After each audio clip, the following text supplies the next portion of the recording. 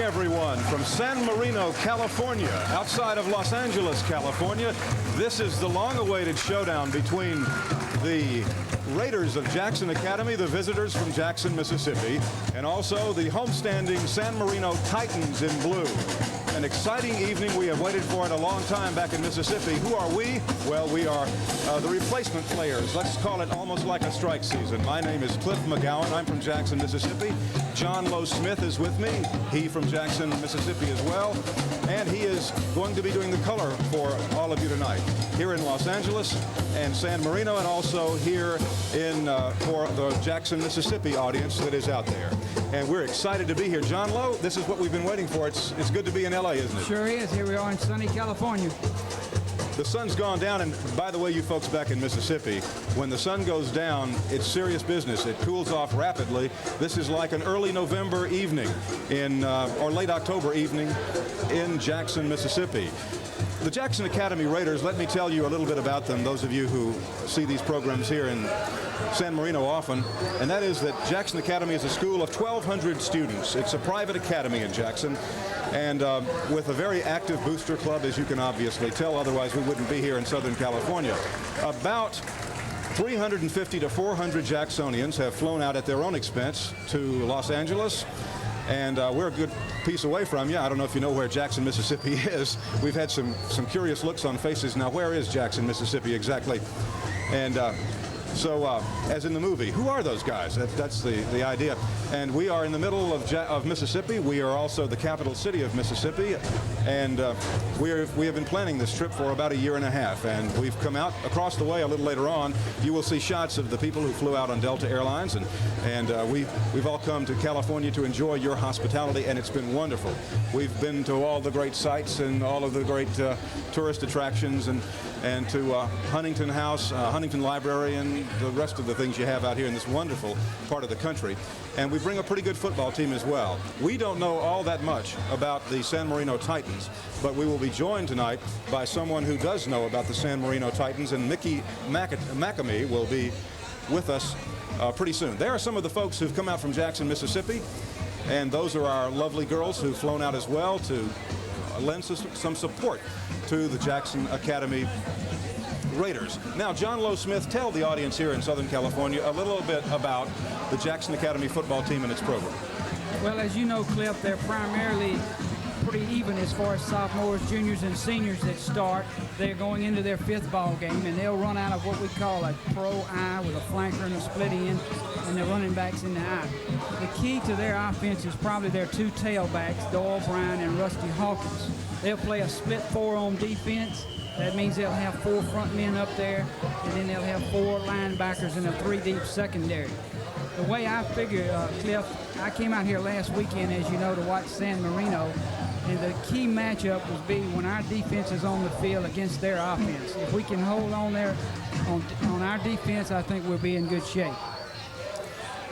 And what we have, by the way, too, for those of you in Southern California who may not be aware of our program, let me tell you a little bit about it. Let's go back to something. About a year and a half ago, this was an idea that it might be good for the kids of JA to travel to a school some distance away, be exposed to a different culture, a different climate, perhaps a different type of football. We will see about that tonight.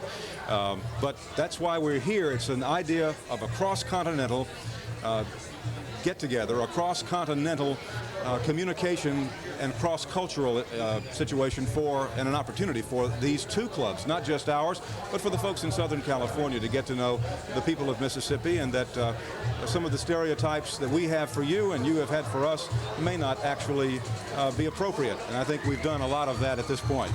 So right now, the Jackson Academy cheerleaders are leading the boosters, some of them, out on the field, and waiting for this game to start. Now, I want you to tell me a little bit about the Titans for the people back in Jackson, Mississippi, and we'll let you and also let Mickey McAmey also tell us about the Titans of San Marino. Okay, the Titans of San Marino will dress out approximately 60 kids, all in the 11th and 12th grade. They have a fine-looking squad. They'll be led by their tailback, Robbie Santos, and they will also run a wide-open offense. On defense, they'll run if they stay true to form, they'll run a 5-3 defense, which a lot of times will bring 8 people around the football as soon as the football is snapped. And they'll also play a 3-deep secondary. Perhaps we could get Mickey to my right here to give us a little more insight about some of the individuals that will be key to their ball club. The key to our football team, without question, this season will be the defense. National anthem, I'll wait. We'll pause for the national anthem right now.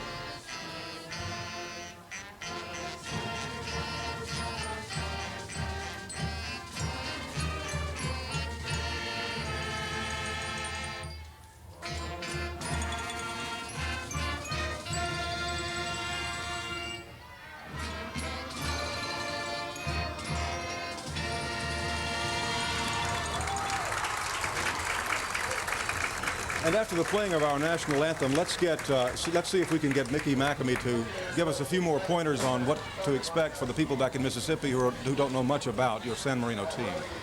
Okay, as I was saying, without a doubt, the strength of our football team this season will be the defense. We returned 6 starters from last year, and we were a pretty good defensive team last year, and with that experience, that's obviously where Coach Maloney is building the team as a foundation is on the defense.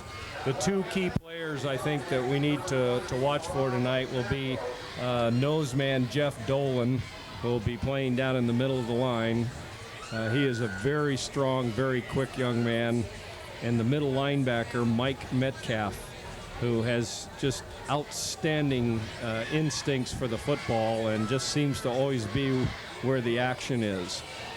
The other players who are returning and experienced players are Brad Simpkins, who will be down in the line, Ed Atkinson, Robbie Santos, and Kevin Shanahan, all in the defensive secondary. So on the offensive side, we're definitely inexperienced. New quarterback, only 1 returning player from the offensive line, and that's Rava Pudi. So we will rely on defense and field position, I think, for the most part tonight to keep us in the ball game. So you say you have 1 returning starter from last year? 1 returning starter on offense. All right. As far as the Jackson Academy team, John Lowe, we've got some seniors on this team for senior leadership. But let's point out something. This is traditional, what you're seeing, you good folks in Southern California. This is tradition.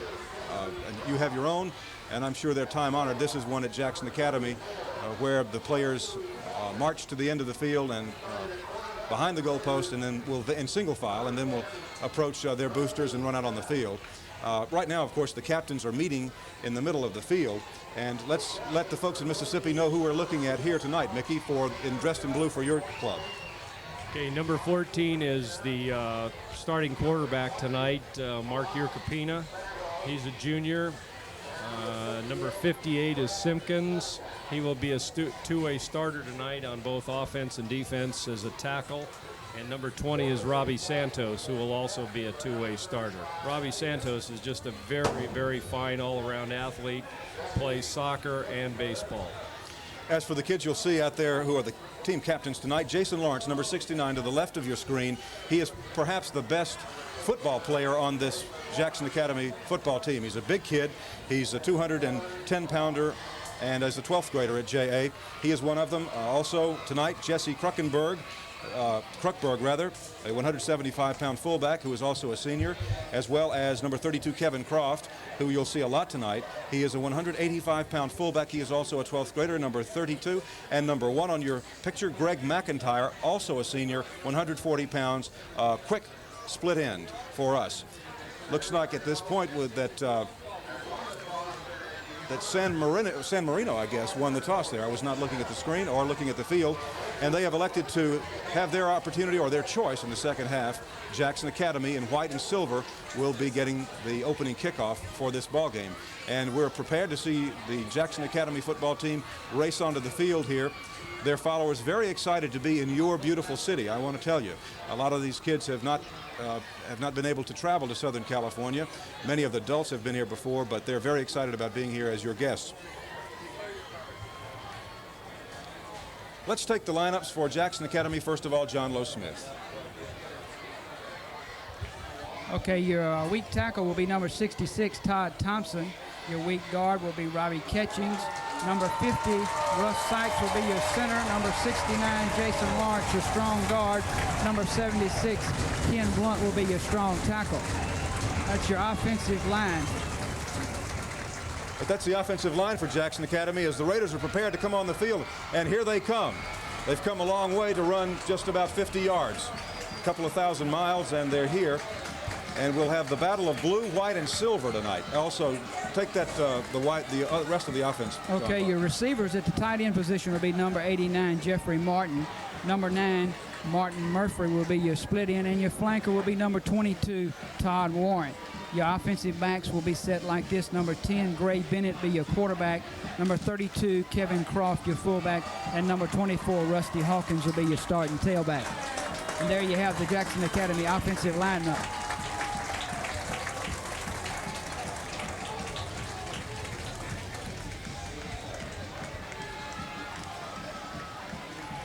And John Lowe, the defensive lineup, we can take that as well.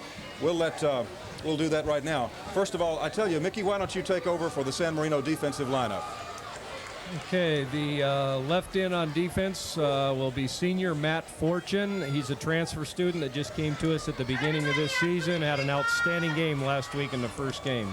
Mike Ahrens is the tackle. Jeff Dolan, as we spoke about, will be the nose man. Keith Brennan will be the other tackle. And Tyler Tripp will be the other man on the opposite side at defensive end.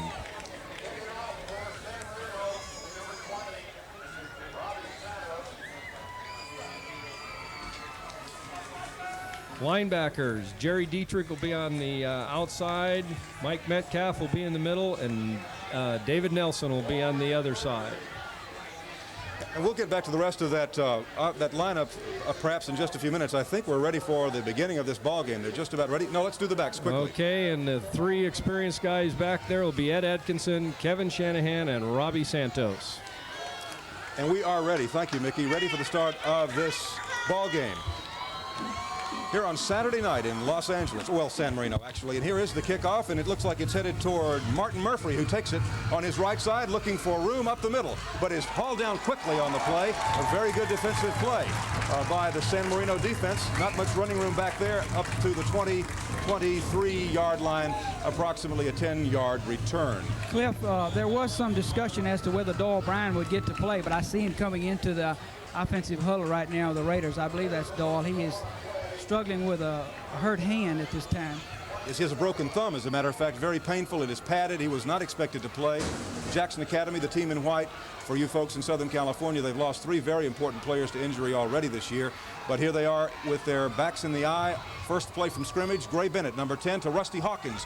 Their quicker back up the middle. And just as Mickey pointed out earlier, the defense very strong there. I didn't get a number on the defense. We'll see who comes up first. Number 10, I believe. Let's see. No, that must be incorrect. Okay, number 30, Mike Ahrens, the outstanding player on defense right there. A 5'11", 200-pound player. He's a 12th grader defensive tackle, also an offensive tackle. He got in the action there. So it's a second down play for Jackson Academy. Stung on the first play from scrimmage without much running room there at all. Second and 10 for JA. They'll be strong to the right. Number 89 for them will be Jeffrey Martin on the right side. Sometimes he is a receiver. Double wide receivers. Gray Bennett on the option. Can't get it away. It's a keeper, and he is stuffed right there by the Titans of San Marino at the 22-yard line. No gain again. Perhaps a foot or two. We'll look for John Lowe. We'll be looking in this game for a Jackson Academy team that likes to run the misdirection. They like to run out of the eye. They like to pitch to the deep back. They'll also pitch occasionally to the up back, or give the ball to him on a misdirection or up the middle play. But both backs can run wide and will often run wide. Last week, Gray Bennett threw on the first play from scrimmage in that ball game. So far, no passes here. A third down in long yardage, 9 yards to go. This is Bennett, back to throw, looking. Everybody's covered, and he is clobbered right there by that same man again. Mike Aaron's on the tackle, and Jackson Academy, the Raiders from Jackson, getting a rude reception. We've come this far to be received that way on 3 consecutive downs. So far, Cliff, we've seen just what we expected out of the San Marino defense. They're a quick outfit and very tough, and they have come to play. You can see that already. Shanahan and Santos will be deep for the Titans of homestanding San Marino. And back to throw is Kevin Croft with a very bad pass back from center, and the reception of the ball. Here's Shanahan on the right side, making some room for himself before he's knocked down by 3 or 4 JA Raiders, including Stu Anderson in on the tackle, as well as Royal Catchings and others. Don't want to leave anybody out. Todd Thompson in as well. And so very good field position for the Titans. First of all, they stuff the JA offense and then get very good field position after the center snap was not very good at all. And we might want to make a note of this, as a matter of fact, that Kevin Croft does not usually punt for JA. Usually it is Doyle Bryan who has the hurt thumb in a cast and therefore cannot, of course, take the pass back from center. Receiver in motion for the Titans, and they're met right up the middle as well on a handoff off the left side.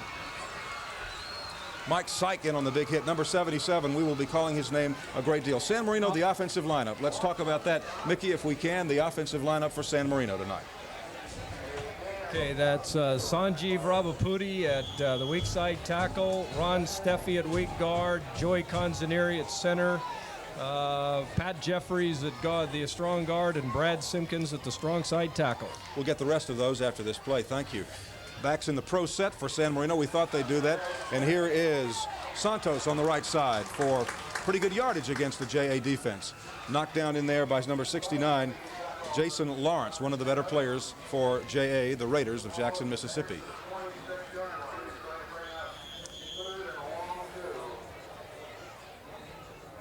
Okay, the wide receivers are Ed Atkinson, who's playing the tight end spot, Myron Scott at split end, and Dan Angeloff at flanker.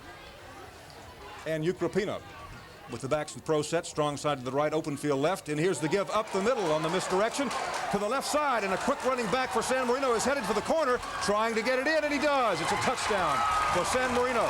The Titans have scored to lead early, and they are going to try to take the stadium down at this point, make scrap metal out of it. It's just a quick little counter trap there in the middle, Cliff, and number 9 broke it into the secondary and took a cut to the left and outran the cornerback. Jerry Dietrich, and a senior, and he is a 6 foot 185 pounder. Looked good on that run. A very nice, well-executed play on part of the San Marino offense, and we might add that's the first touchdown they've scored this year. Of course, it's the second ball game. With 8 minutes left in the first quarter, they have scored now and lead 6-0, and they'll try to convert here. T.J. George with the hold, and Kevin Shanahan makes it 7-0. And quickly, the San Marino Titans in blue on blue, have taken advantage of great field position after a very poor punt, which was caused by the bad snap and so on. But to give San Marino credit, they had stuffed Jackson deep in their own territory on 3 straight downs, giving them the opportunity to have excellent field position regardless of how deep the punt might have gone. We're glad you could join us here tonight. We're excited to be here in your lovely city, and thanks to American Cablevision and the Axe Channel back in Jackson, Mississippi, we are able to bring you this exciting game from San Marino. San Marino is about 15 to 20 miles northeast of Los Angeles. We are about 30 some odd miles from the west coast, the actual waters of the Pacific. And we want to tell you folks at home, it's no place for the faint at heart if you don't like to drive in heavy traffic. They have carnivorous drivers here in this part of California, and that's fine for them, and that's the way it ought to be. But we've had to learn our lesson in that respect.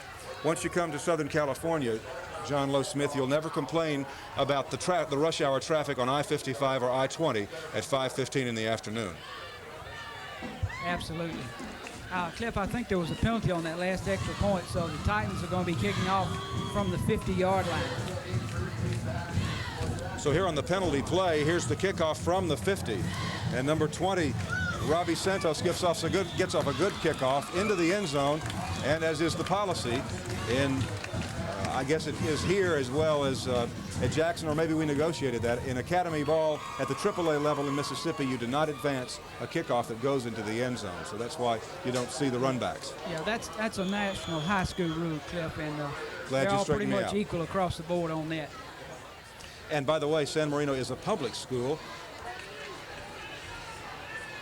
And apparently have a pretty good weight program here as well, because a couple of the kids on the front line pretty stocky. A couple of them, we'll call their names later. So 1st and 10, JA trailing with 8 minutes left in the ballgame. I think that must be incorrect. Maybe perhaps we have a problem with the clock. And here's Rusty Hawkins getting to the outside with a great move. He's one of the better backs for JA, and he makes good yardage.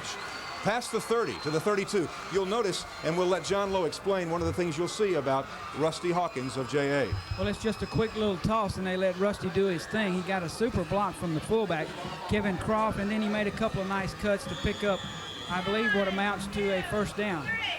That's right. He has several speeds, does number 24, and is a very fast young man who was a great track star in Mississippi until he had a knee injury and has not gotten back most of all of that speed, but certainly has some of it. Oh, and I was told to mention for the San Marino people, he loves to play tennis. He's an excellent tennis player. Here's the pitch to Rusty Hawkins, trying to get to the outside. It is sealed out there, and a nice hit is made by San Marino right along the 30, the line of scrimmage. Looks like it's going to be either a loss or only an appreciable gain of yardage. I believe perhaps the loss of a couple. Yes, that is the case. Well, that was basically, Cliff, that was the same play back to the right side, and looked like the Titan defense was waiting on it. You know, I may have misspoke a while ago. I have yet to see Doyle Bryan. I thought maybe I did, but I think it was someone else with a heavy not a cast, but a pad on.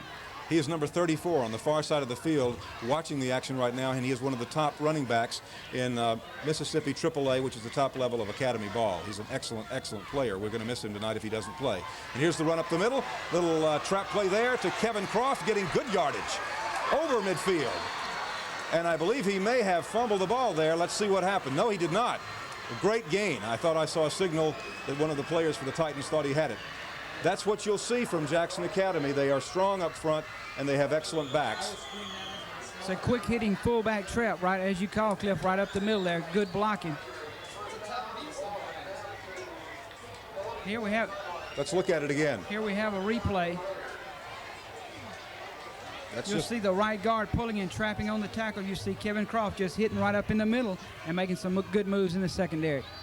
That's a first down play for Gray Bennett. Here's the toss on the sweep, but instead it's cut up the middle for more good yardage to about the 32-yard line. And is that number 34 in the game? That is he. That's Brian Doyle. That's Doyle Bryan, excuse me. That's Doyle Bryan, number 34. He's a very important player in this game. He is essential. Only a sophomore. By the time he becomes a senior, I hate to say this because he'll watch the replay of this game, but by the time he's a senior, if he's healthy, he should be an outstanding running back. Right. Of course, there are no promises for the future, but he's a good one right now. Absolutely. And out of that tailback, he's really our Mr. Inside, and Rusty is Mr. Outside.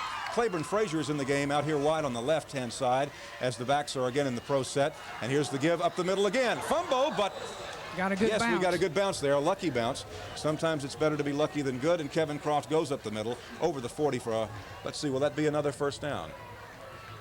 Well, we'll wait to see on that. They're looking at it. I believe we have maybe a foot or two, but they'll measure. Let's have another look at that. Well, here we are at the end of the play, and I think we missed the first part of it. But outstanding running on that one, and we'll see number 32, number 34, number 24. Those are the numbers you'll basically see. Also 22 with the ball, carrying the ball on the runs for the white-shirted Jackson Academy Raiders. Here we go. We're going to give it another try on the replay, Cliff. There you see a quick hitter. He dribbled it one time, picked it up, and fell on it. And that is another first down. So we have 3 consecutive first downs for the JA Raiders, who are stunned early. If you just joined us early in the game with 8 minutes left in the first quarter, the Titans drove a short distance of about 30 yards after a short punt. They did convert, and they did make a key touchdown. So early in the game, we are 7-0 San Marino. Jackson Academy on the march. 2 backs behind Gray Bennett as he gives again to Kevin Croft, who breaks a tackle and runs it inside the 35-yard line and tackle there at the 33. Excellent second effort on the part of Kevin Croft, and it looks like they may have found something in the middle of the line they're going to try and exploit for a little while. Jerry Dietrich and others for the Titans of San Marino, California, coming up to make the stop after Kevin Croft had broken into the secondary.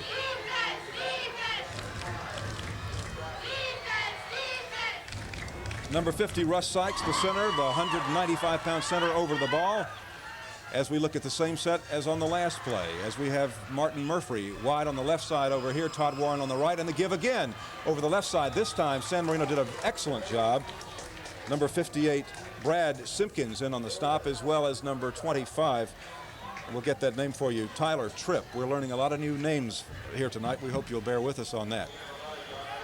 Gain of about a yard on that play. We'll have, let's see, we will have a third down situation if they flip the cards for us. 3rd and 4 on the play. J.A. huddling it up, and as they break it, Todd Warren to the right side, Martin Murphy over here to the left side. The backs again. Kevin Croft is close, and deep is Doyle Bryan. Bennett, first man through. Kevin Croft, driven to the turf by an excellent tackle by number 30. Let's get a number on that, number 33. Number 33 for this ball club is David Nelson with an excellent stick on the play for the Titans of San Marino. That's a 4th and 3 situation. Let's see what they'll do. Big play here, Cliff. Big decision coming up. Looks like the Raiders are going to go for it. They're sending in a play. Number 5 is Claiborne Frazier. He's come in wide to the left side. 22, Todd Warren out to the right. And right here we see a situation where the same I-back situation for J.A., and they blew that play. Going to have a delay of game. You know, that's tough. For us, this is the 4th game of the season. And the 5th game of the season, I should say. 5th game of the season. We don't need those kinds of mistakes. Well, you're right. Probably the best thing to do when you have an important decision like that is probably call timeout and make sure everybody's on the same page. Now I think they're going to send the punting team in. For the San Marino viewers, we would like to tell you that in a couple of ball games ago, the Raiders got about a 40-yard field goal out of Brad Edwards, but apparently tonight he's not going to try that. In this situation, we have no win. That's not a factor. Here's Todd Warren's kick. Santos will watch it as it bounces at the 15-yard line and skips out of bounds. And that's what they wanted to do. That's a pretty good situation. Not as deep as you'd like it, but at least it's the 15 and it's not up to the 20. It's a lot better field position than having them start at the, your own 40-yard line the last time. Let's talk about this offense again with Mickey. Mickey, if you'll share some thoughts with us again. When your team is down deep at about the 15-yard line, will they just run the ball here more than likely, or what can you say? Well, I think that we'll see a mixture of plays. Ucrapina has a very strong arm and can throw the ball a long way, and on occasions it would not be unusual to see a play-action pass and him throw the ball deep here. We have motion. Here's Ucrapina off the right side. Good hit there by a J.A. Raider, but he does wiggle out for good yardage, about 5 or 6 yards.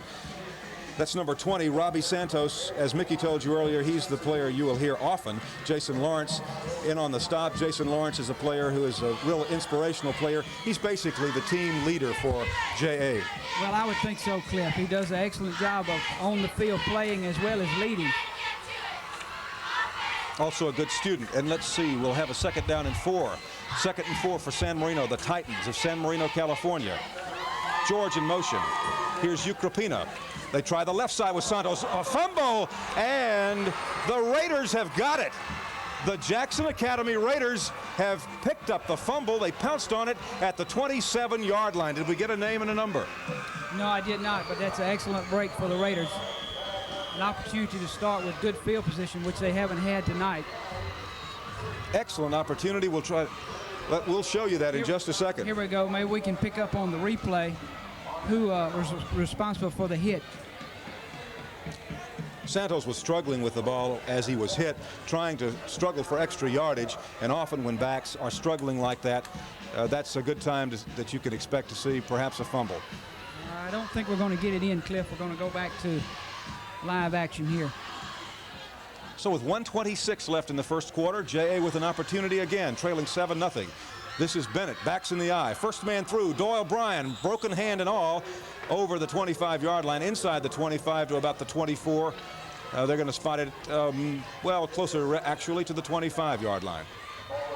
I have to tell you, I'm really surprised to see him playing. I really didn't expect it. We were at the hotel today, and I really didn't expect to see him when I looked at that hand. Well, there was no doubt in my mind he was going to play. Just a question of what he had to do to get in the ball game. He showed me a chisel and a saw he had earlier on. He said he's going to play one way or the other. Well, one thing this has done tonight for JA, it's taken the pitch from Doyle Bryan. We will not see him with the pitch. We may see Rusty Hawkins, who is the deep back in the I formation. 2nd down and 8.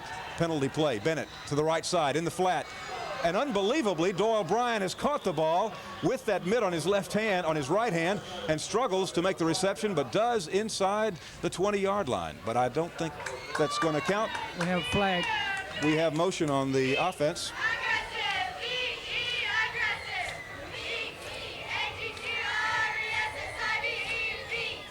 Yes, that's a motion penalty, and that's going to cost him dearly because that was a confidence builder for Doyle Bryan and also a confidence builder for Gray Bennett, who was trying to complete his first pass.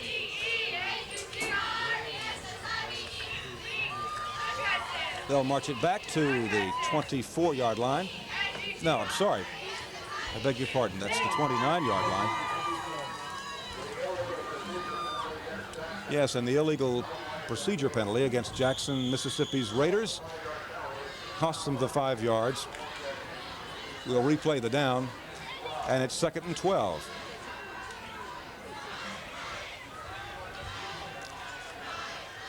The Raiders, backs again in the eye. Bryan close, Hawkins deep. This is Gray Bennett, the quarterback, number 10, looking to throw, getting out of trouble, and now throwing on the run, deep to the end zone, and it is knocked down on a great defensive play by the Santos kid, who is obviously a great athlete, Mickey. Well, as I said earlier, he's probably the best all-around athlete in our school. He plays 3 sports. In the winter season, he plays soccer, and in the spring, he plays baseball for me. And in the baseball season last year, he played about 5 different positions, so that's an indication of his athletic ability. Well, winter lasts about 3 days out here, so when is your winter season? We're not sure about that. Maybe from January 5th to January 10th. How's that? Not a long season. You'll have to come to Mississippi. We'll show you some seasons. 3rd down and 12 yards to go. Here's Bennett again with the give up the middle to Rusty Hawkins, and Hawkins down to the 25-yard line. And there with the gun is the end of the first quarter of play. And with the end of the first quarter of play, we're telling you that at this point, with 3 more to go, the Titans of homestanding San Marino, California, have a 7-0 lead.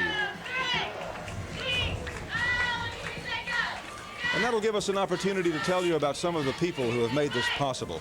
This interesting and almost revolutionary concept of bringing teams, high school teams, 2,000 miles to face each other and get to meet each other. Sponsored tonight by PM Jacoy of San Marino. PM Jacoy offers the finest and quality traditional menswear at prices below retail. PM Jacoy, located at 2491 Mission Street in San Marino, specializes in made-to-order suits, sports coats, pants, and custom shirts. A tailor shop is also located on the premises and provides quality workmanship for both men and women's apparel. For any of your tailoring needs and clothing needs, just visit PM Jacoy at 2491 Mission Street in San Marino, and thank them when you see them for bringing you this outstanding ball game. So on 4th and 4, the Raiders of Jackson Academy are going to go for the field goal. It's going to be about 42-yarder, Cliff. 42-43. It's going to be put down on about the 32-yard line. We have no wind, so that will not be a factor.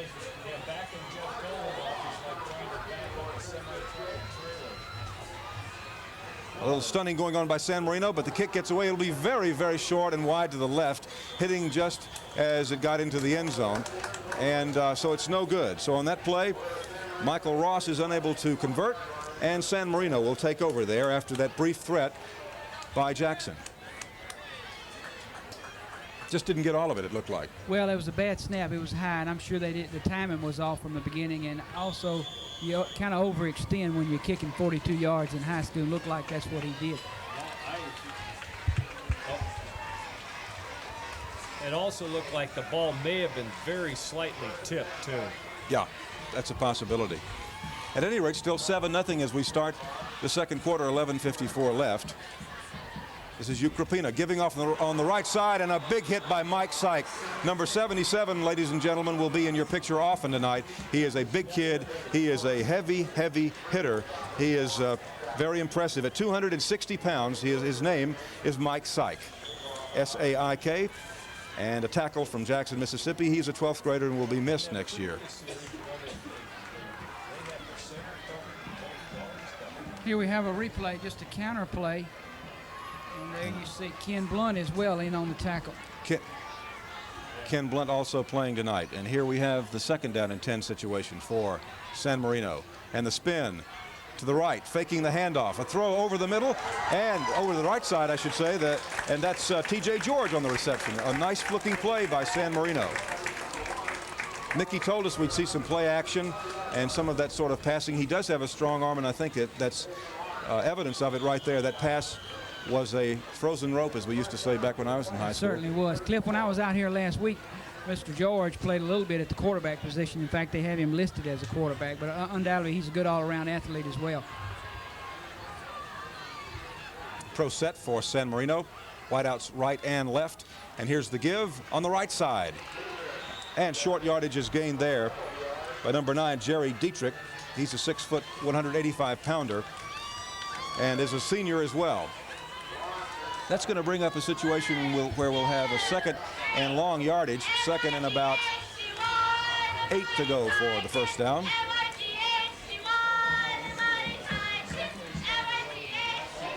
San Marino breaking it.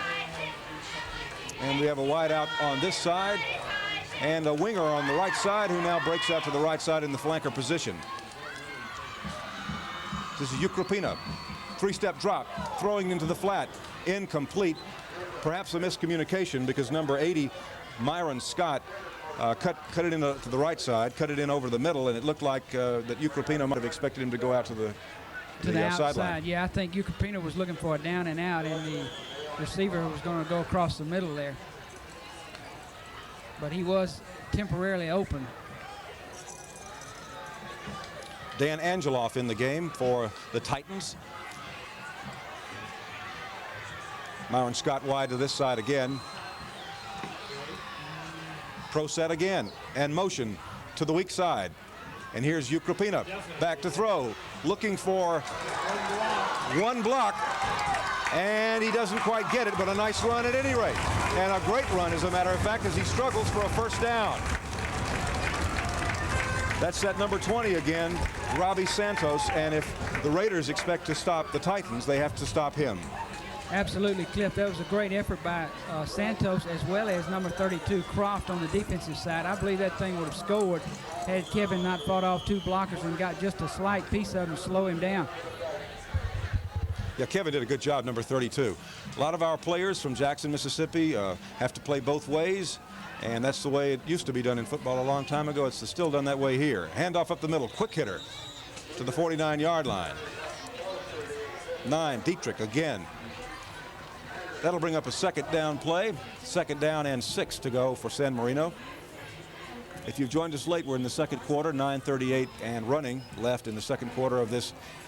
I don't want to use too strong a word, but perhaps the adjective is historic. Perhaps it is an historic game.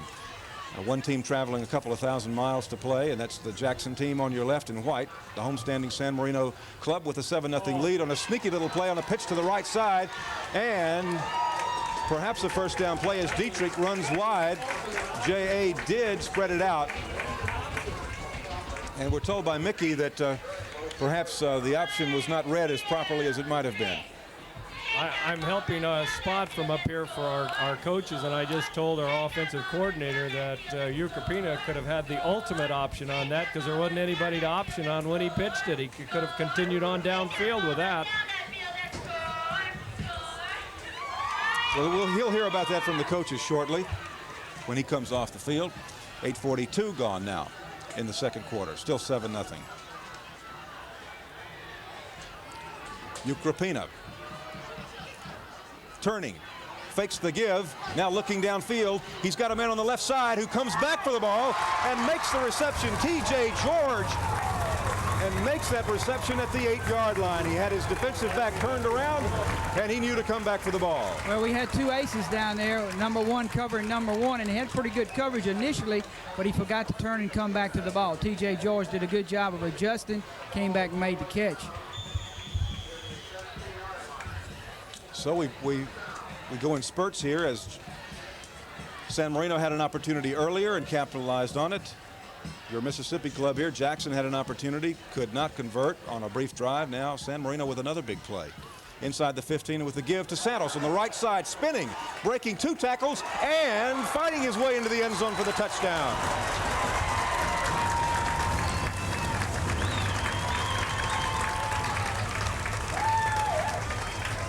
Robbie Santos just does not go down usually with the first hit. He's got very good feet. He's got excellent balance, and he's just very determined. He's not a great runner with great moves. He's just a workhorse and just stays after it and doesn't let the first hit usually take him down. And that was a perfect example of how hard he works when he runs the ball. Only 6 foot, 185 pounds. Well, Mickey, as you know, I saw him last week, and I went home and described him as a blue-collar running back because he's just steady working all the time. He has some ability, but he doesn't have great ability, but he's always working, always good effort. Well, now, I couldn't agree with you more. That's exactly the way he plays the game. We have a penalty on the point after touchdown attempt, and we'll see what this is all about. They are talking it over with Jackson Academy, but at this point a 13-0 lead, and we've come all the way from Mississippi to see a situation where one team is capitalizing on a couple of mistakes and doing a good job offensively when they do get the ball, and the other team, Jackson, not being able to convert their best opportunity of the night so far. That'll be a 5-yard penalty. Shouldn't affect this if they decide to go ahead and kick it. Oh, offsetting penalties. I'm corrected, and I thank you for that, gentlemen. Number 4, Kevin Shanahan will try to get this PAT out of the hold of T.J. George, who made the earlier reception, the very important play down at the 7-yard line just a couple of plays ago. Here's the kick. It's up, and it is good. And as we look at the scoreboard with 8:17 remaining in the second quarter, the Titans of San Marino, California have jumped out to a 2-touchdown lead over a surprised, perhaps, Jackson Academy Raider football team. Well, Cliff, I think at this point there's no reason to panic. As you've seen, the Raiders have been able to move the ball somewhat against the San Marino defense. There's still plenty of time, so they need to just stick with their game plan and maybe have something good happen to them. We might tell you, by the way, that Jackson Academy played a thrilling game earlier in the season when they found themselves down 13-0, I believe, at Canton, against a very fine and a big team, and did come back to win that game in the last minute of that game. They can do that. It's a possibility. Last week, J.A. very disappointed against an arch rival when they threw for an interception on the first play of the game, and also had a few fumbles later on and allowed the MRA team from a community north of Jackson to get an early lead, which they were never able to overcome. Let's get ready for the kickoff. San Marino with a 14-point lead. Here's Santos. He does everything. Now he's kicking off deep. This is Todd Warren at the 11-yard line up the left side, now trying to cut it into the middle and gets free for a moment, but is finally pulled down at the 30-yard line. Almost broke it, John Lowe. Yes, Todd Warren is not normally known for his kickoff returns. He did a good job of picking his hole there. Got us in some positive field position.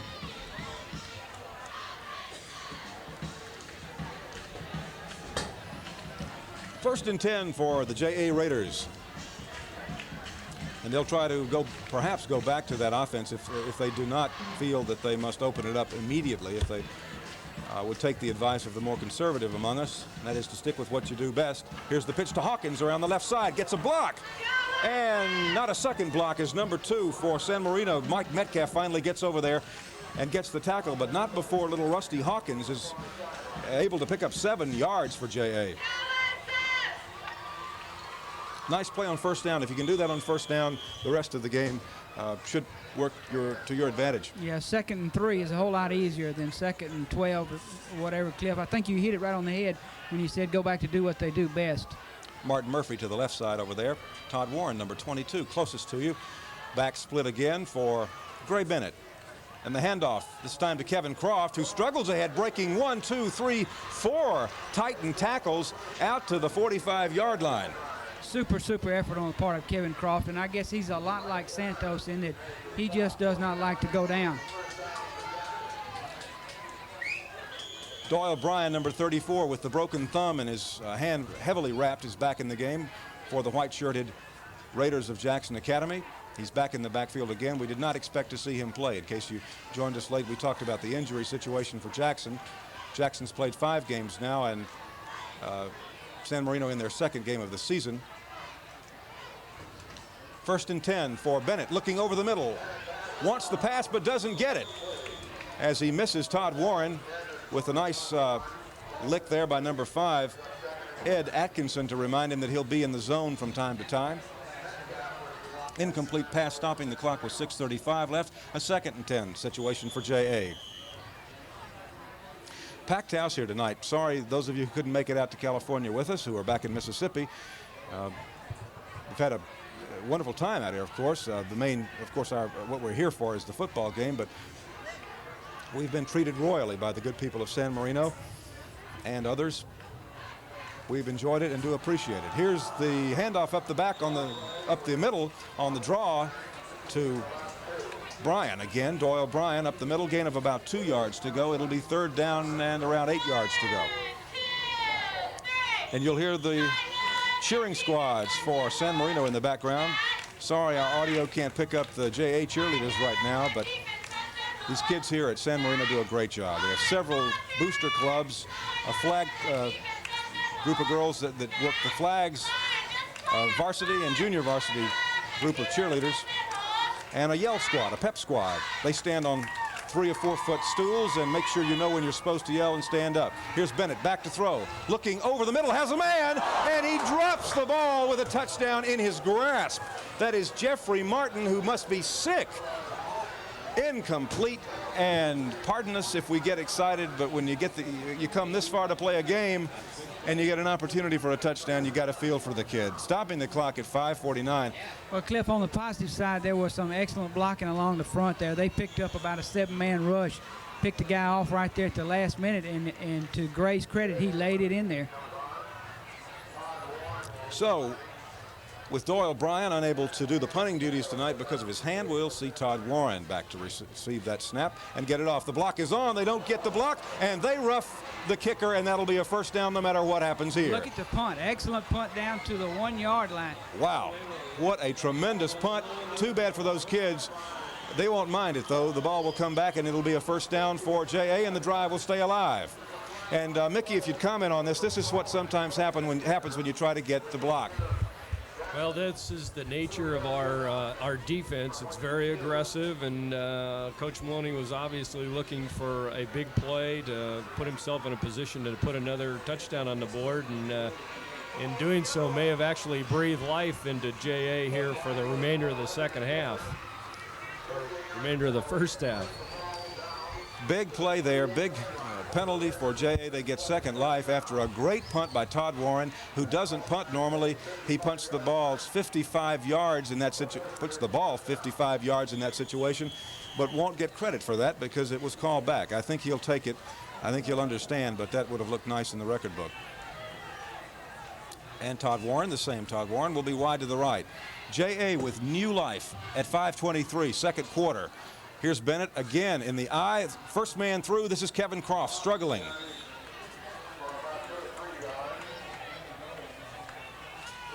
Okay, Cliff. Cliff, I think we have a replay coming here. You'll see that there's no question about roughing the punter. They hit him pretty square just as the ball leaves his foot. It's good aggressive play by San Marino, but you have to be careful. Otherwise, you do, in fact, as Mickey mentioned, give them new life. Yeah, it's a gamble, a quarter of a second one way or the other, and you got a block punt, or a better angle, and you got a block punt. Here's 2nd and 7 for Gray Bennett. Three-step drop, looking, rushed hard, and knocked down on the sack. And who will get credit for the sack? Number 25, and that'll be Tyler Tripp for the Titans on a very good pressure move by Tyler Tripp and others. If I'm not mistaken, Tyler Tripp had an excellent ball game last week as I watched him play Arcadia, and he was in the backfield on passing situations almost constantly. Let's take another look at that. Tyler Tripp coming from the right side, as are several other Titans. And Pressure from everywhere. Pressure from everywhere. They're coming with about an 8-man rush right now, 7-8-man rush.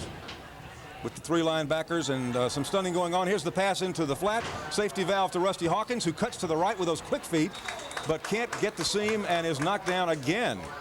Well, on the same kind of play, another aggressive play by Tyler Tripp. Just couldn't get loose. Right. I think that was a design play to go to Rusty Hawkins. He wasn't really the safety valve because they're trying to do something to negate that rush right now. And the timing was off on it a little bit, but it was a good idea.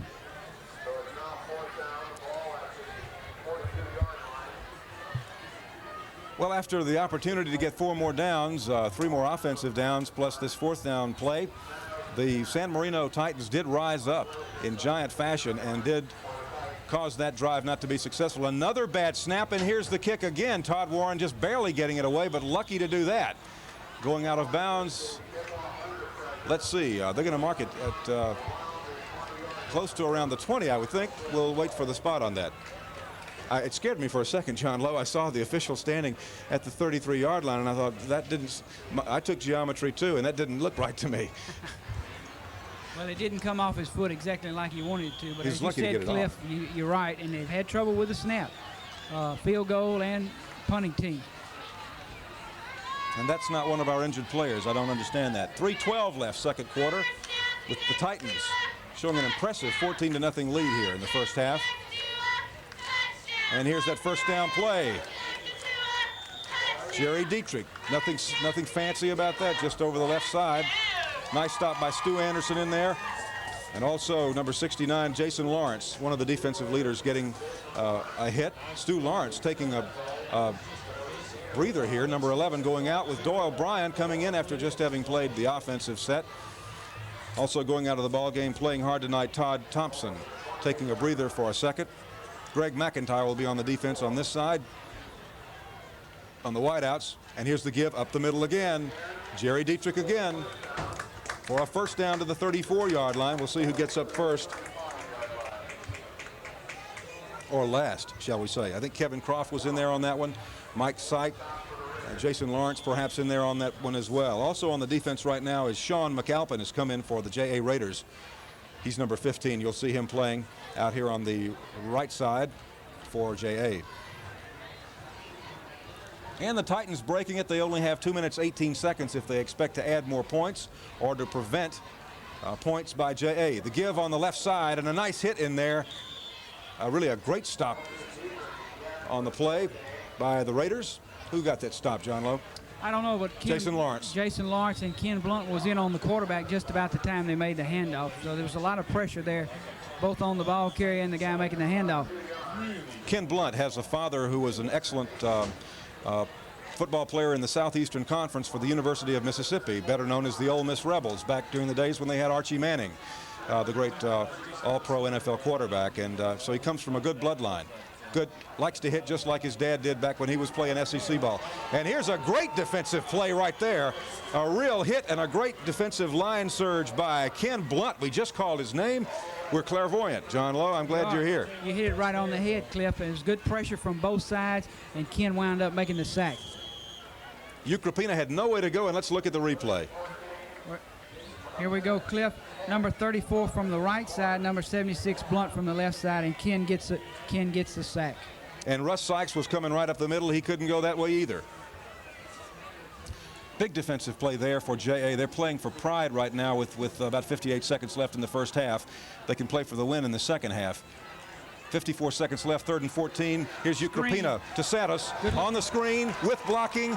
They wipe out a couple of blockers and he stays on his feet, still on his feet. Todd Warren pushing him out of bounds at the 37-yard line, but give credit to great blocking on the right side. Well, initially he had some super blocking, and then as we've seen Santos do, he did a lot on his own again. I think that we see a situation here where Syke has been pointing, no, not Syke. 76 Ken Blunt has been pointing at a clip, and he may be right on this one. We'll see what the call is, but the minute he got up off the ground, he was pointing back at somebody, and the officials agree with him entirely, wiping away a very impressive run by this Santos kid. Well, I think he was so sure of it because I think he was the one that was clipped on the play. That's usually the case. That mental error by a Titan player really wipes out a great run by Todd Santos and some other good blocking downfield by other Titan players who won't get credit for that. So it puts the ball back to the 25-yard line, and we'll see what they'll do with it with 28 seconds and counting with a 14-0 lead. Here's Ucropina giving up the middle. There will be nothing there. Great defensive work by J.A. Kevin Croft in on the hit. 58 also in for Jackson Academy. Royal Catchings now in the game. And a timeout is now being called by J.A. They want to stop the clock so they can get the, what would be the purpose here? They want to, with 8 seconds, so we should have used those timeouts earlier, shouldn't we, John Lowe? Well, probably so. They want to get a chance maybe to get a block punt or something along that line, but I don't think they're going to get to that. What is it? It's 4th down. It's 4th down. Okay, that's the idea. The scoreboard showing 1st down. They got nothing to lose here. They're going to take a shot and go all out at a block or a punt return. Probably going to go for the block. We'll see what. If they rough him, they've really lost nothing here because they'll still only have one more shot. Yeah. If this situation were deep in their own territory and they didn't have a great deal of confidence about their offensive front, of course, you could take a safety, make it 14-2, and try to hold on to that edge. We'll see what happens. We'll see if the block is on. J.A.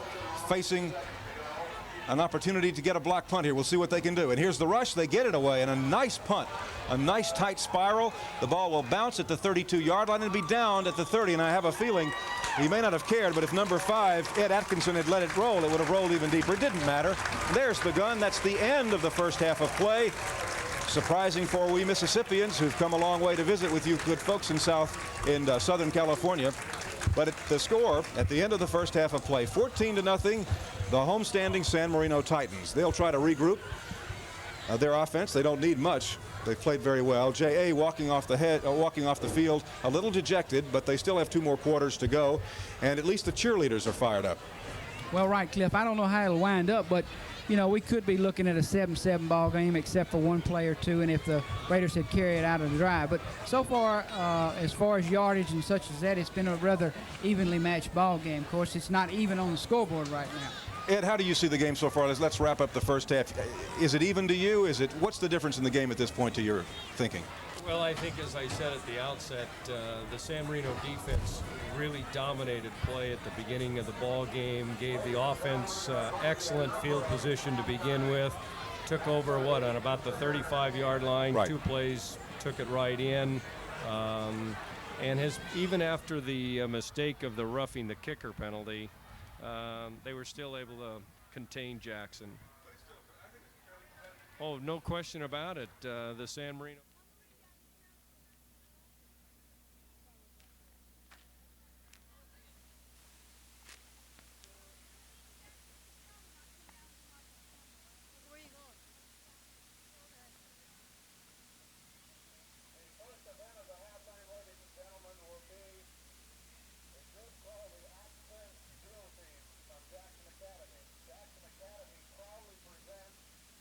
Champion accent drill team to perform for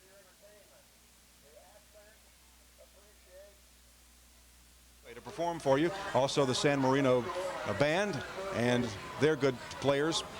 And you'll enjoy a great halftime show, we hope. We hope we've brought something entertaining for you. And we'll...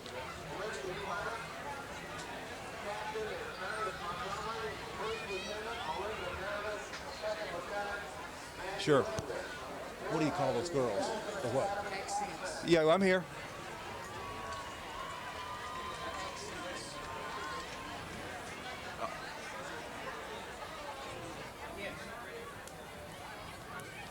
You going to give me a cue?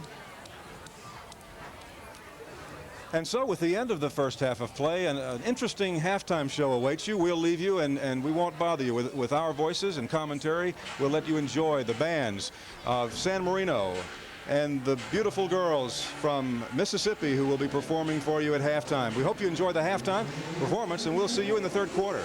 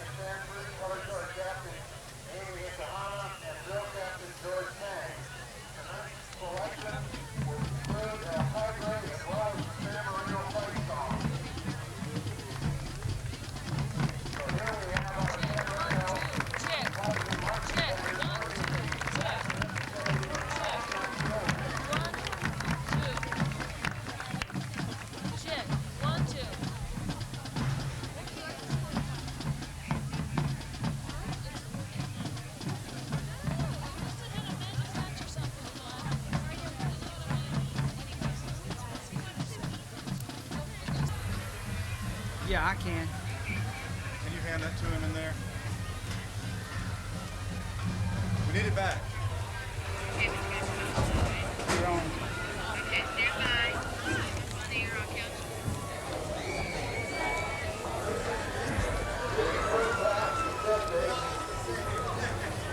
And welcome back to the third quarter. Cliff McGowan here with John Lowe Smith and also Mickey McAfee. I'm going to get your name right, Mickey. It's McAfee.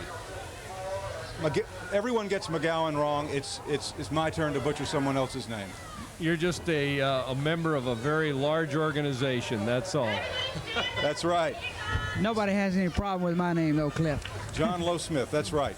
By the way, John Lowe is a former football coach in Mississippi before he went into private business, and for about 12 years. That's why these two gentlemen are doing such good jobs doing color. We're ready for the start of the third quarter. 14-0.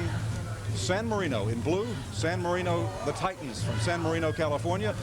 The Jackson Academy Raiders kicking off now in white. They trail 14-0, as we say, and we start the second half with a kick deep to the end zone on a great kickoff right there. Cannot be run back because of high school rules. And so we'll begin the third quarter at the 20-yard line. In the first half, by the way, the Titans of San Marino picked up 6 first downs.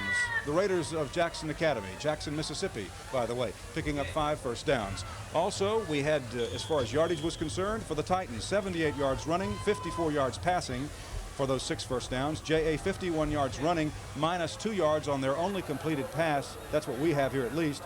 But a very competitive play in the second quarter. We'll see what happens here in the third with 11:57 to go. 1st and 10 at the 20. Ukrapina taking it himself, running around the right side, getting tripped up over there on a nice play. A nice play out there by Jeffrey Martin, number 89. You will also see him as a tight end. We will remind you tonight that most of the JA players, I don't know if this is true of the Titans, but most of your Jackson Academy players will play both ways. 3 of the players for the Titans, we are told, will play both ways. It does make a difference. And we, coming from Mississippi, quite honestly very proud that these kids are playing the old-fashioned kind of football that you remember in college back in the 50s, and before the substitution rules were changed, and the way we used to play it in high school years ago. 2nd down 7, and this is Ukrapina on the reverse. And this may work. It's Ed Atkinson on the left side trying to get around his defensive man, and he does at the 40, 45 midfield, and knocked down at the 47-yard line finally by Stu Anderson and the man he had beaten over there, number 22, Todd Warren. And I beg your pardon, it was not Todd Warren who he had beaten. He had beaten number 1, Greg McIntyre. Todd Warren doing a great job to come over and get it. John Lowe? Well, there you see a little razzle-dazzle on the part of San Marino, something I did not see last week, but it worked to perfection.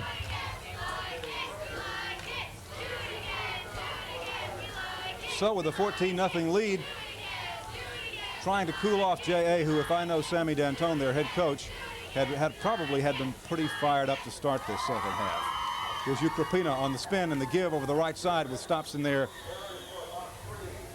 Ken Blunt again in on a tackle, playing a very fine game tonight. Number 15, Sean McAlpin, getting up, we also notice. And I'm going to leave somebody else, Mike Syke, down there on the bottom.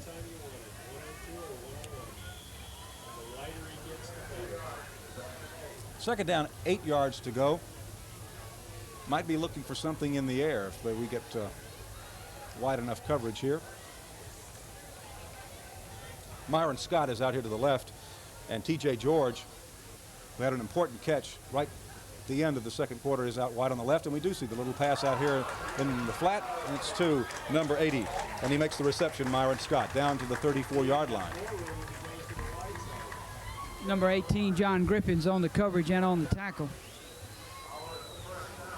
Mickey, what are the Titans doing? They're apparently trying to spread that defensive secondary out. You feel that we're giving you too much cushion at this point? Well, the corners are playing pretty soft. I think they're concerned about the home run type ball, but right now I think that San Marino can throw underneath the corners fairly easily. And here's the run up the middle. And here's Santos again. The all-purpose back, all-purpose player for San Marino, number 20. And he gets pretty good yardage there, about 5 yards. What does JA have to do here? How important is it for them to stop this drive right here and not be facing a 21-0 score? Well, Cliff, obviously it's very, very important. 14-0 is a hurdle, but it's not a big hurdle. 21-0 could be an insurmountable hurdle at this point.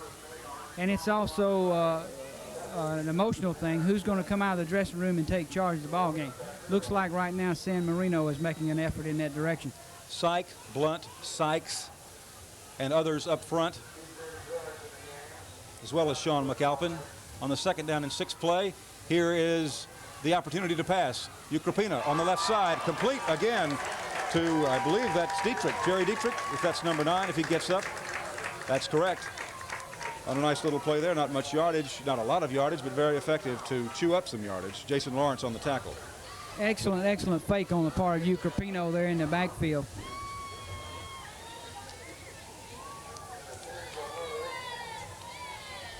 Dan Angeloff bringing in the play for the Titans as they have another first down. That is their 8th of this game so far, 2nd in the second half.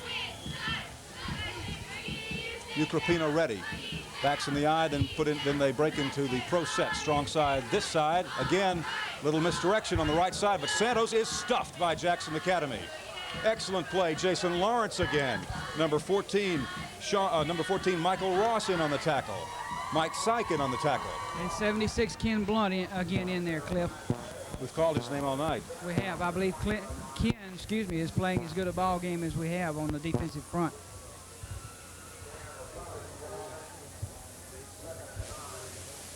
Okay, we have a replay here. And there you see the muscle. Some gang tackling on part of the JA defense. John Lowe. And here's the straight drop back and the throw over the left side, and it falls incomplete. The receiver and the defender getting their legs caught there, getting tangled up, but apparently the officials felt that no harm, no foul.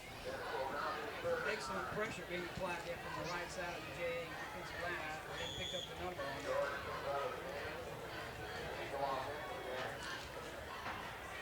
it. Greg McIntyre coming into the game. He's a diminutive fellow, number 1. He'll be over here on the left side.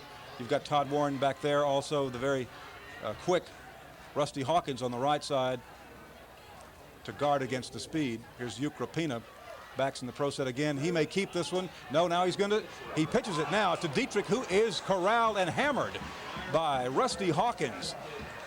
And also Michael Ross. Michael Ross, number 14, on a great job there. Excellent defensive play there, Jeff. Each man has an assignment on the option, and they did a great job of staying with their man. Michael Ross, number 14 on the defense for JA, is an interesting kid. He wants to be a business major, wants to get his MBA, and then wants to go to law school and pursue a business career through that procedure. And an excellent student, number 14, Michael Ross. Very serious young man, I found him to be. 7:28 remaining in the third quarter. Here's the field goal attempt. Number 4 is Shanahan, and he is going to go for that field goal. It will be short, well short, and JA has done it. It seems like a small thing to some of you, but holding off that initial drive in the second half could be very important. Absolutely. You saw excellent coaching down there on the part of San Marino. They knew that the Raiders would be fired out coming out of the dressing room, and so they ran a little misdirection reverse on the first or second play, took advantage of the Raiders flying to the football, and it worked, but the Raiders tightened up down there around the 20-yard line.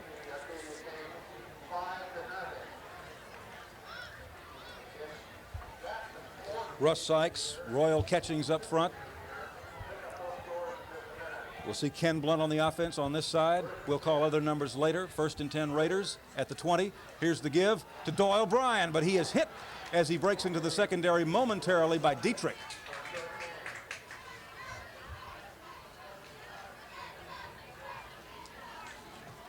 That's going to be I thought we had a gain there of a couple. I believe we do. The spot's going to be at the 22.5, close to the 23-yard line, where it'll be 2nd and 7.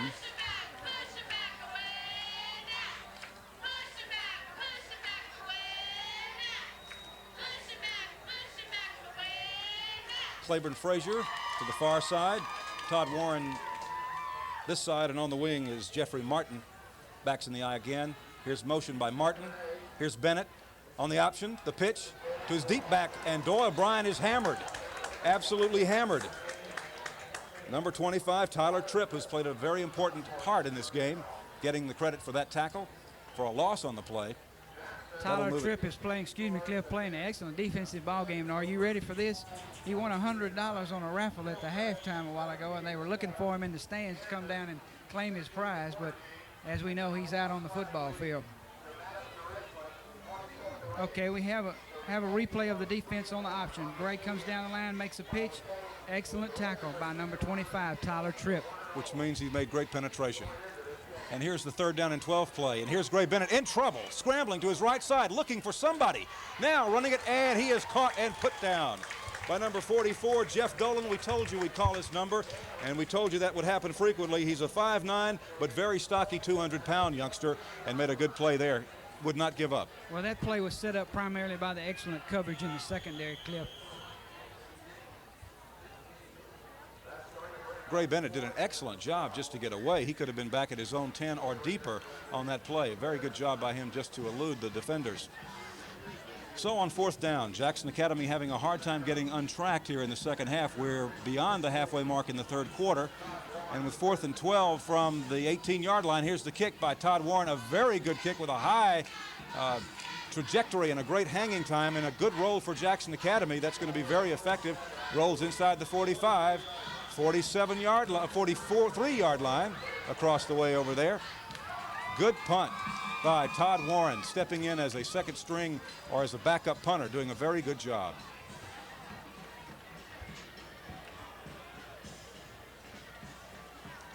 It'll be interesting to see here if San Marino goes back to their basic offense, or if they continue to try to work with the misdirection plays and those plays designed, as John Lowe Smith told you earlier, to take advantage of the overly aggressive JA defense.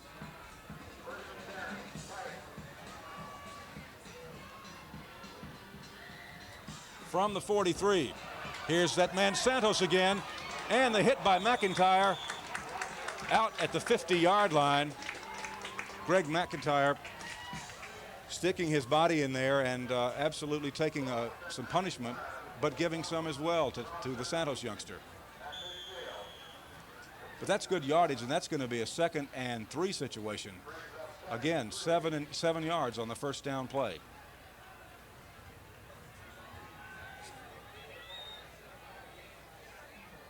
Myron Scott over to this side. George wide to the right. Here's a split backfield. And with that cushion, Ukrapina is unable to complete the pass. A grounder to George, incomplete.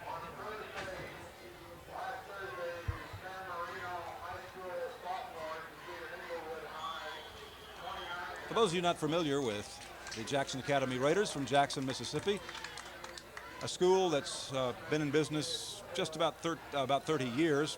It's a private academy in Mississippi with a tradition of demanding excellence from athletes and students. Most of these youngsters have to be student athletes, just as the San Marino kids do as well. Here's Ukrapina, again back to pass, looking over the middle. He's got a man wide open, and his receiver didn't see it, and it was over the other shoulder. Oh, he got a break there, Cliff, because he was wide open as he broke free of the safety man. That's number 5, I believe. That's Ed Atkinson. Ed Atkinson. He was open 3 or 4 steps behind the defenders. I don't think he ever saw the ball, and I think then he realized at the last minute it was over his right shoulder. He came over the wrong shoulder. He's one of the kids that I told him to look out for as far as a big play was concerned. He's a tight end that has wide receiver speed, in my opinion. Rob Heckendorn coming into the ballgame for the Titans. On a 3rd down and 3 play,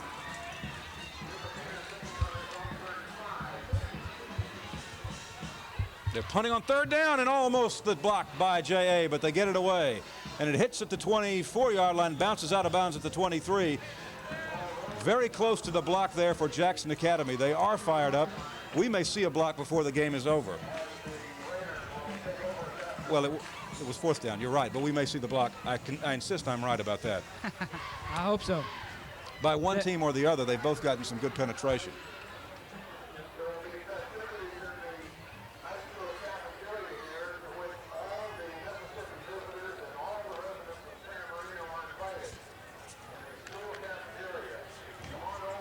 Another thing, Cliff, that took place at the halftime, as you know, besides Tyler Tripp winning $100, the JA Accents put on a fantastic halftime show and got round and round of applause from the San Marino crowd.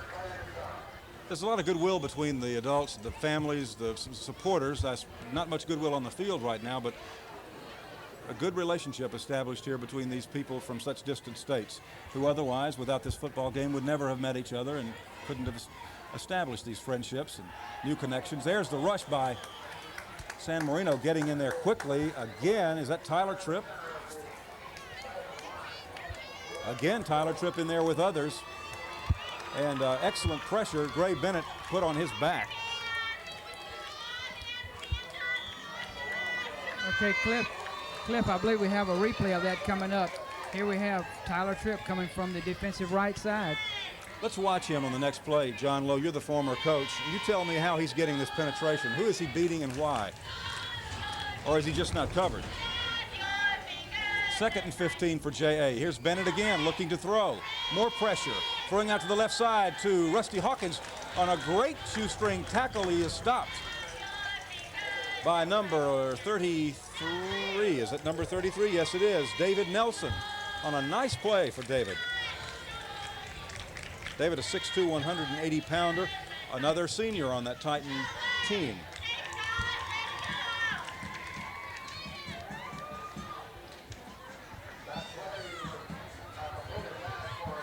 Blocking below the waist. That's not allowed. Some of these rules in high school football, explain those. For instance, you can't run the ball back out of the end zone on a kickoff or punt. And that play, for example, why have they done that in high school? That's just for the safety of the athletes? Absolutely. Most all of your rule differences between college and high school are designed to prevent injuries. Obviously, you can see the difference there in blocking below the waist is a preventive measure for your knee injuries and things of that sort. Number 72, Jeff Dennis for San Marino, watching from the sidelines. He's on crutches. Brad Spears also on the sideline for JA. He's on crutches with a knee injury that will end his senior year of competition. But he's over there to give encouragement to his mates, and that's what we like to see. Between close to 400 people coming out this week from Jackson, Mississippi with their football team to support the Raiders. Trip of a couple of thousand miles to see an interesting game between the Titans of San Marino and JA. Jackson, Mississippi, located basically in the middle of Mississippi, if about halfway between Dallas and Atlanta. You're probably familiar from the textbooks, the Battle of Vicksburg. We're about 45 miles to the east of there. It's the capital of the state, San Marino, just about 15 to 20 miles from downtown LA to the east-northeast. On the quick punt, which is not going to work well. Good strategy, but not a great kick by Rusty Hawkins on that one. It does get a Jackson roll to the 43-yard line and is touched down there by Jeffrey Martin, but not the distance they had hoped to get on a surprise play. Well, not only that, we've got a late flag, Cliff. Let's see what this is all about. Got a personal foul, San Marino. It's going to be holding, a personal foul penalty. We'll see how that affects, because if it happened before the play, it will go in JA's favor. If it happened after the ball hit, after the punt hit the ground over here on the Titan side, it won't make nearly as much difference. Let's see what happens. They're going the other direction. Maybe we'll replay the down. Let's see what happens.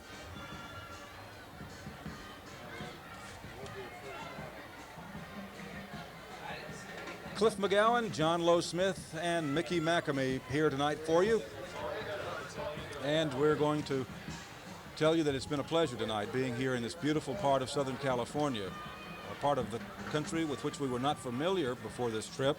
Everybody knows LA, but frankly, when you get couple of thousand miles away, all of these various communities, the Arcadias, the Monrovias, the San Marinos, become a little hazy as to where they are. And we just think of one great megalopolis, Los Angeles, California. I guess that's what it is, but you can't tell that to the people who live in these various communities. They're very proud of the differences, very proud of their own communities and what makes those communities special. And there are significant differences. I found that out last night on a long trip for dinner. On a first down play,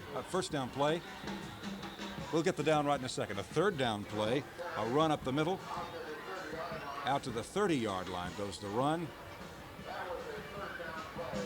And that was indeed a third down play. We're all in agreement now with 2:35 left in the third quarter. The ball will go over after this fourth down play without any major mistakes. And the Jackson Academy Raiders really need to stop San Marino now. Jackson Academy played San Marino very competitively in the second quarter after a couple of mistakes in the first quarter and a very good drive by San Marino in the first quarter. Another bad center snap, and the punt is off again by Todd Warren. This time it's going to be caught at the 44-yard line, with Santos moving it ahead to the 46-yard line. Another penalty play. Let's see what this is. Excuse me, Cliff, I think we've got offsides on the defense. Unless we had some movement along the offensive line. Well, slowly but surely, if that's the case, Jackson Academy will win a first down.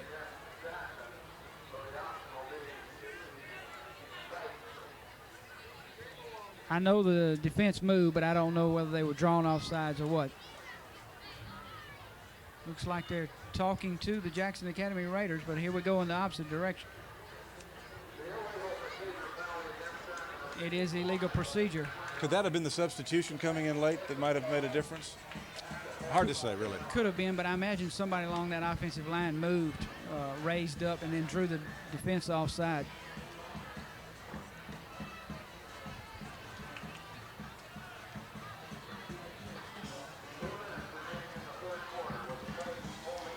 With the clock stopped, 2 minutes left in the third quarter, and a first down opportunity for San Marino. And the Titans have the first down at the 45-yard line, as you can see, almost dead center in the middle of the field. JA will hope to stop this drive here, get the ball back, and go back on offense. They have a little more than a quarter to get some points. Here's Santos again on the right side with good blocking. Good blocking in there, and he gets some good yardage. Number 63, Ron Steffi, with excellent downfield blocking. Todd Thompson on the stop. Just a good tailback power play off that right side, Cliff. Some excellent blocking in front. One thing to watch for here, JA defense has been on the field quite a long time this second half. Well, not only that, John Lowe, but the defense is the offense. Right. It's the one and the same, so these kids are playing both ways. The ones in the white jersey, as we mentioned earlier, only 3 of the San Marino players are forced into that position. Big pressure from Jeffrey Martin, a throw to the left side, and George is unable to catch up with the ball on that play. Todd Warren with pursuit on the play. We're not alibiing when we say they have to play both ways. The reason I say it is because I think kids ought to be given credit for having to play both ways, the way Mickey McAmey used to play, for example, and others. Right, and I think we've got a holding penalty on the offense. Excellent pressure being applied by Jeffrey Martin from the backside, and good coverage in the secondary.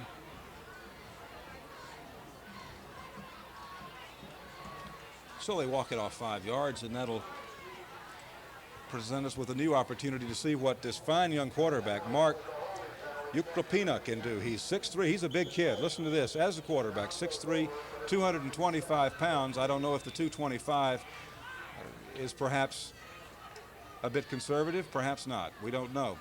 But he's a big kid with a very strong arm. And in a situation like this with possibility of long yardage, we could see the pass here. 2 wide receivers, backs in the eye for San Marino. Ukrapina coming this way, looking to throw. Left side, the catch and out of bounds at the 45-yard line, right at the first down marker. I think he knew right where he had to go. A very nice route run by Myron Scott. You didn't see him coming up short of where he had to be. We'll see if it's a first down. Sure was, Cliff. He made an out, and the defensive back on that side made an in. We got a replay here. Let's look at it. I think you'll see the defensive back taking the fake, see him going to the inside, and him cutting to the outside. He's all alone. Excellent, excellent fake there on Doyle Bryan. I believe that was Doyle Bryan. I think so. In all fairness, Doyle is an outside linebacker on there, and they got the matchup that they wanted.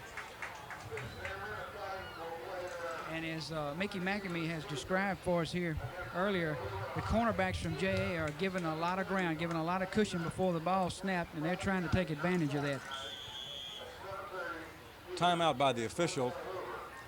This gives us an opportunity to remind you about some of the people who are responsible for this opportunity for you to view this game. And the game sponsored by the good folks at PM Jacoy of San Marino. PM Jacoy offers the finest and quality traditional menswear at prices below retail. PM Jacoy, located at 2491 Mission Street in San Marino, specializes in made-to-order suits, sport coats, pants, and custom shirts. A tailor shop is also located on the premises and provides quality workmanship for both men and women's apparel. For any of your tailoring needs and quality clothing needs, visit PM Jacoy at 2491 Mission Street in San Marino. I think we need to drop by there tomorrow and pick up a suit. Absolutely. Order a suit and take it back to Mississippi with us. 2 or 3. You're buying, aren't you, Cliff? No. 45 seconds. The clock is moving in the third quarter. We're winding down here on the misdirection, and here is Santos again, loose on the left side, breaking 1 tackle, 2 tackles, finally succumbing to the third. A great run by a very fine back, finally knocked down at the 3-yard line. Great defensive work to finally slow him down on the play by Claiborne Frazier, who finally caught up with the play. Did Todd Warren finally catch up? I believe so. Here we have a replay on it, Cliff. Let's see. It wasn't Claiborne Frazier because Claiborne's in the backfield. He broke it loose there, missed tackle by number 1 and number 15. Todd Warren caught up with him. Todd Warren, the safety man, came over. 19 seconds left, third quarter, San Marino in business. First and goal from the 7. Here's Ukrapina on the option. He's going to keep it, go up the middle. He's caught and knocked down inside the 5-yard line. Good play down there by Jeffrey Martin. Also, let's see who gets back up off the floor. Oh, yes, Ken Blunt, the number we've called all night. Ken playing an inspired game and an inspiring game. And that's the end of the third quarter. With the score at the end of the third quarter, the homestanding San Marino Titans, before their packed house crowd, 14-0 over JA's Raiders. They'll change ends of the field and have an excellent opportunity to end, or to add to their 14-0 lead. It's going to take a miraculous goal line stand here, John Lowe. Certainly is. That was a good play on the part of Ken Blunt. He was out there by himself, almost 3-on-1 like a basketball fast break, and he happened to make the right decision on that option play.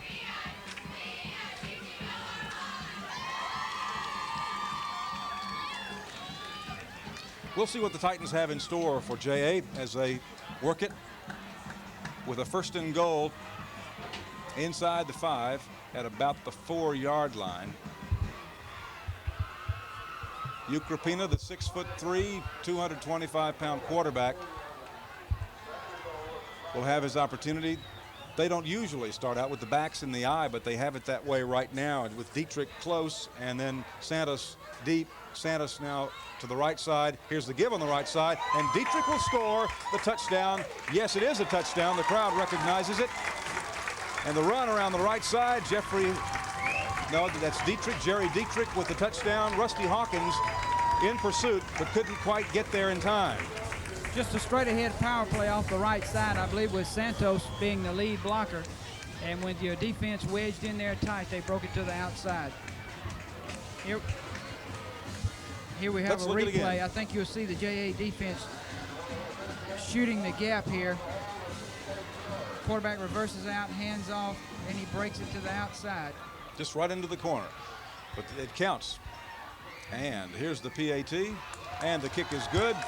And George has the I beg your pardon, not George. That's Kevin Shanahan with the kick. That makes it 21-0. The Titans over the JA Raiders, with 11:53 left in the fourth and final quarter. Let's let Mickey McAmey tell us a little bit right now about the San Marino program here for our folks back in Mississippi who might be interested. One of the things that we emphasize in our athletic program is participation. We have approximately 2/3 of our male student body involved in sports throughout the year. We have 12 sports for the boys and 8 sports for the girls. We encourage our freshmen and our sophomore students to participate in at least 2 sports, and whenever possible 3. so that they can find the right place for themselves in the program. And we think the emphasis on participation has been the key to our success over the years and has allowed us to compete so successfully, not only against schools of our own size, but schools that are actually larger than ourselves.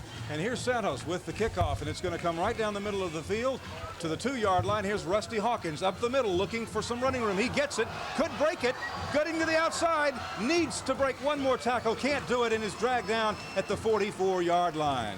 The tackle in there made by Kevin Shanahan. Super play, Cliff, there by Rusty Hawkins. We'll see if that will breathe a little life into the JA offense. But we've seen Rusty Hawkins do that so many times this year.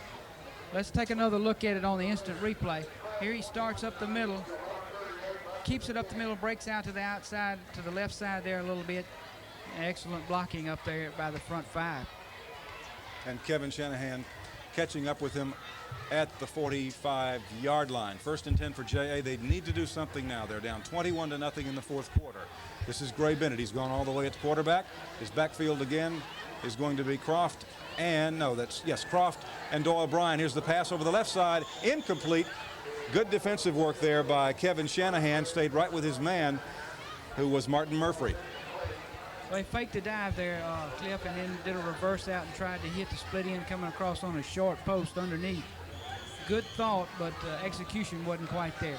Earlier in this game, we saw Jackson Academy trying to go to their tight end. They were very successful on one particular route that he ran in the first half. He was wide open to our right down here inside the 20, was not able to hold on to the ball. Why haven't we seen that again? Well, I think they don't feel like they got the time to get the tight end deep. They've been under a pretty good rush. 2nd and 10 from the 45 for JA. Martin in motion. Here's the pass. Gray Bennett down the right side. A leaping interception as number 5, Ed Atkinson, steps in and pulls it down.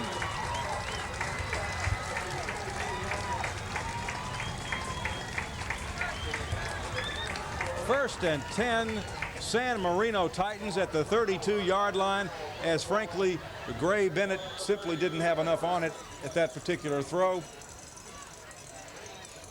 Well, let's take a look at it again, Cliff, and see what we got here. There you see Gray dropping back. Number 5, Ed Atkinson, is with him all the way. And as I disclosed earlier, he's a good athlete. He's playing tight end, but he's also safety on defense. He was able to slow up and come back for the ball, wait for it, and was able to make the interception. Disappointing for JA. 1st and 10 for San Marino on the 32-yard line. Here's Santos on the left side, caught by Mike Syke and dragged down. Mike Syke is a load, number 77 in the white shirts, JA. Mike Syke, about 6'3", 255, maybe 60 pounds, but after playing tonight both ways for the entire game, I expect he's lost a few pounds of that good Southern California cuisine he's been enjoying this week.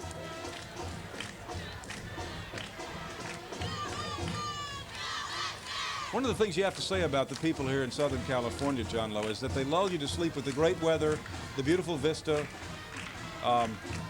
the haze, we'll call it. Can we call it the haze? I don't know. We'll have to defer to Mickey on that. The haze, and we won't quote the mamas and the papas. Not all the leaves are brown, and the sky isn't always gray, believe me, folks. They lull you to sleep with all that laid-back style, and then they knock it down your throat if they have to. Here's the reverse, and here's Santos again on the left side. Knocked out of bounds over on the left side, but he continues to break tackle after tackle. He's a very impressive runner when he gets up ahead of steam. In fact, in that one, I thought he was going to be down at the 45. I think they're going to, well, maybe he was out of bounds where I thought, or even before that. No, it's a penalty play. I see a flag on the field now.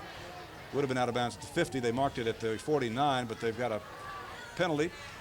Well, it's good blocking there at the point of attack. It looks just like a counter trap to me, and I think I could get about 10 on it, but Santos is the type of back that gets 20, 25. Here we have a replay coming off the left side. Breaks one tackle there, 2, runs over a man, and goes for another 10 yards. Excellent running by Robbie Santos. But all of that goes for naught, Cliff, as we had a penalty on the play. 1st and 10 now, 9:37 and running for San Marino. One wide out, two wide outs, both sides. And here's the draw up the middle without much yardage. Mike Syke making the first contact there again with help from others. We'll get Jason Lawrence in on that one, as a matter of fact. Stopping that play with some aggressive hitting up front, but not much time left. J.A. can still do this. They've done it before. Trust me on this. They've come back before against excellent ball clubs.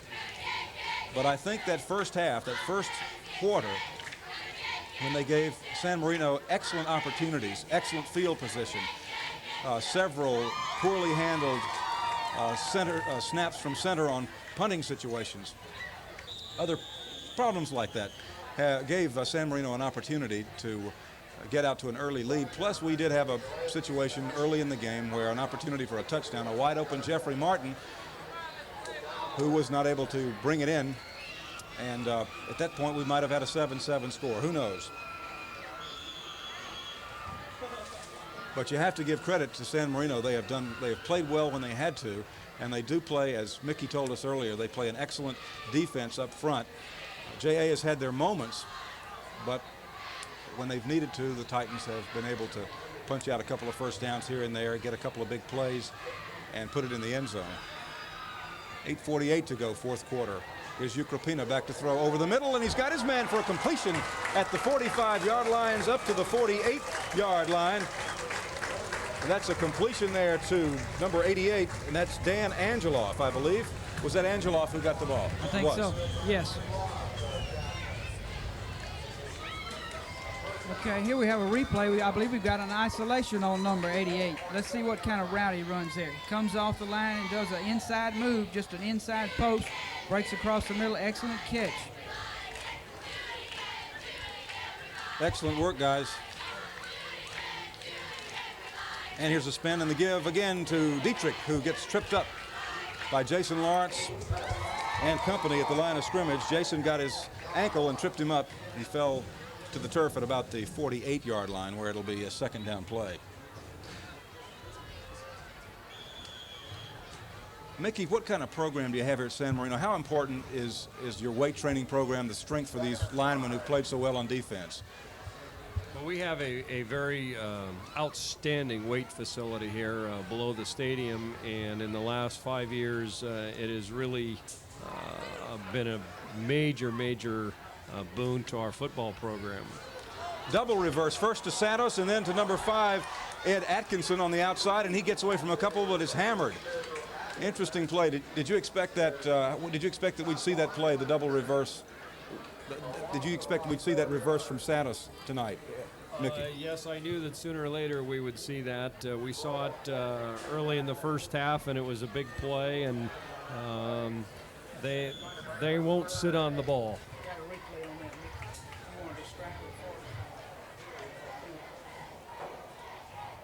Well, we get the end of the play. They put Atkinson at the tight end spot or at the wing spot, and he's kind of the designated reverse runner for us. 3rd and 8 for San Marino with 6:46 to go in the fourth quarter. Here's the pass, wide open on the right side, number 80 for San Marino, and it's complete to Myron Scott, who's been on the outside all night long. Your pardon. Rusty Hawkins. Rusty Hawkins, I want to call him Jeffrey Hawkins. Rusty not able to get there quite in time. Here we go, Cliff. We got another angle on it here. Same move he put on Doyle Bryant. Sure is. He took an outside move, and the corner went to the inside. 6:23 left. San Marino, first down to the right side. Heavy hitting on the right side. Jason Lawrence in there. Let's see who else. Michael Ross with help.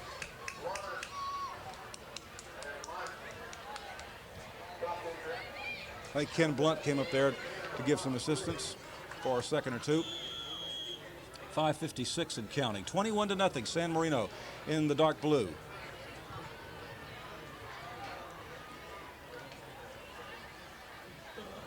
We'll see what the Raiders can come up with here as we have the double wide receivers again in this situation. We have Scott and Angeloff wide outs, but a run on the left side. Good hitting and a short gain for San Marino. Again, Jason Lawrence involved. Sean McAlpin involved in that play as well. We've called Jason Lawrence's number all night long. He's a real leader on this football team. He's number 69.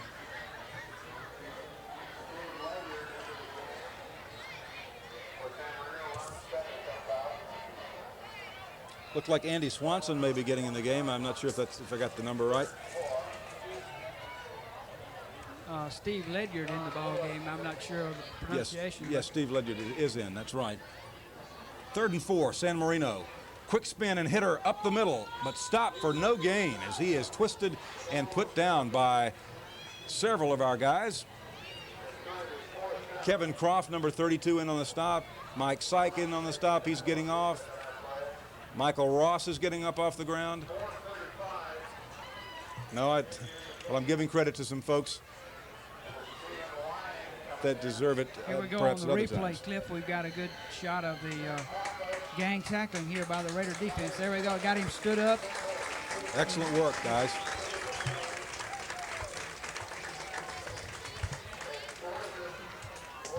Interesting situation. 4th and 4 with a 21-0 lead. They're going to go for first down as George is now the quarterback. And here's the give up the middle again. And I don't believe they made it. I don't think so. J.A. has held, I believe. Let's see. Are they going to measure it? No. I don't, before the excitement starts here. Let's see. Looks like a great defensive, couple of downs, great defensive downs for J.A. at that point. It'd be easy at this point to as exhausted as you might be in a game like this, played, well, admittedly in cool temperatures with very little humidity. They don't know the word humidity out here.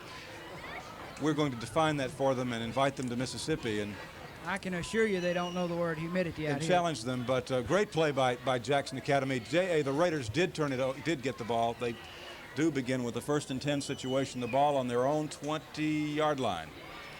And it's Stu Anderson, the new quarterback in the game. And back to throw, looking with some protection over the middle and almost intercepted through the hands of Jeffrey Martin. And number 33, David Nelson, almost had an interception. Once again, Cliff, a lot of pressure there coming from the right side on the J.A. quarterback.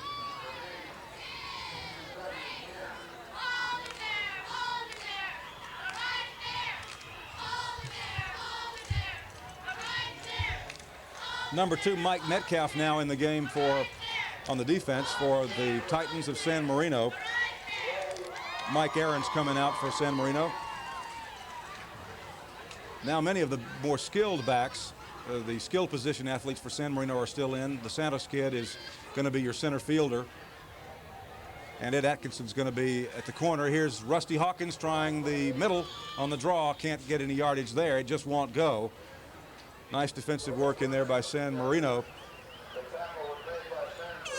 Sandberg on the tackle. I think Jerry Dietrich also involved as well. I have one more duty to do up here, so I'll hang up here. And besides that, this is the best thing happened. 3 minutes left now in the 4th and final quarter in this interesting intersectional, or well, we should call it transcontinental competition between the AAA South J.A. Raiders and the San Marino High School Titans of San Marino, California. We're right next door to Pasadena, California. And on 3rd and 14, we've got to go for it. Here's Stu Anderson rolling to his right, under pressure, breaks a tackle, an arm tackle, now looking for the first down, just trying to get first down yardage. He may have it. Great hustle by Stu Anderson. John Lowe. Sure was. He came rolling to his right, looking for a receiver. None there. He just tucked the ball and ran for the first down. Let's take another look at that. Junior quarterback Stu Anderson fakes it, decides to roll right, sees nothing there, tucks it up, makes a good cut to his left and gets the first down. You have to remember, folks, he's been playing on defense most of the night, so it's not exactly like J.A. has put in a fresh quarterback. There are no fresh players left. Virtually of the first and second teams, let's put it that way. I tell you what, Cliff, the only thing that's looked better than the San Marino defense has been our camera crew tonight. They've done an excellent job. Super. slow-mo's right on it, isolating the right people. Robert Bowick now in the game at center. He is fresh. And here's Stu Anderson. First back through. Doyle Bryan up the middle, almost getting some super yardage, but that is a good play for him. 6 yards, maybe 7 yards on the play, which will come up with a second down. J.A. needing to put some points on the board. When was the last time? I don't recall, John Lowe. When was the last time J.A. was shut out? I don't know, Cliff. It hadn't occurred so far this year. In 5 games. And I'm not sure if they were shut out last year. I don't believe they were.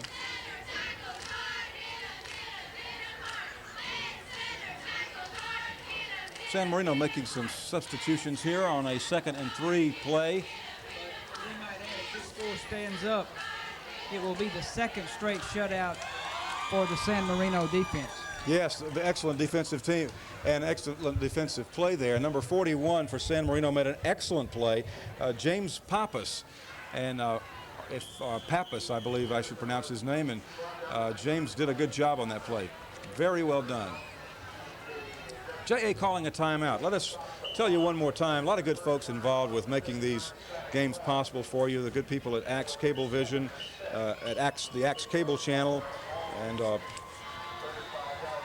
also other fine people, the Boosters Club, the people who make it possible here for San Marino. They support their kids and make it possible for their kids to have all the educational opportunities, whether it's in the classroom or extracurricular. And of course the JA Boosters, a really committed bunch of people who brought 400 people to Southern California from Jackson, Mississippi for this football game. And they haven't taken them to the theme parks and to the places like that with the glitz and the rides. They made sure that these kids got a chance to see the Huntington, which is a museum, has a fine museum and a fine art gallery, and first edition manuscripts dating back to the Magna Carta, perhaps even beyond. Cultural opportunities. Absolutely. Been fun as well as cultural experience. We'd like to see the San Marino people come to our way sometime. We think we have some things that they could learn too by coming our way. Here's Stu Anderson scrambling. Now to his left side, tucking it under, now getting rid of it with a wide open, yes, a Martin Murphy wide open at the 45-yard line, and he makes the reception. Excellent running throw by Stu Anderson. Good scramble. Good effort there by Martin Murphy, number 9. Excellent. We've got ISO on number 9, Martin Murphy. Let's take a look at it here. Runs a quick and out and then an up. And then as Stu begins to scramble, he turns it back out to the outside, makes a good catch, tucks it in, and gets out of bounds. That's excellent play on his part, because if he continued to run, that wouldn't do any good. So he came back for it. 49 seconds left in this ball game. 1st and 10 for J.A. Here's Stu pumping once, looking long, lofting it deep for Murphy, and he can't catch it. Martin Murphy just a little bit overthrown at the 4-yard line, and he had his man beat. Sure did. Had a shot at it, just a hair overthrown. It was a good effort on the part of both kids, Stu Anderson and Martin Murphy. That'll stop the clock with 42 seconds to go. 21-0.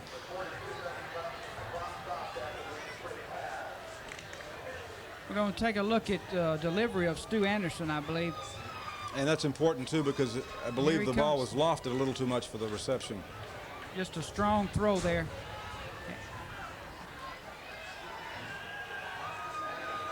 42 seconds left to go on a quick pass by Stu Anderson with heavy defensive pressure out on the side by number 41, James Pappas, and he gets it off to the flat but incomplete. They'll try it again. The clock stopped again with 38 seconds left to go.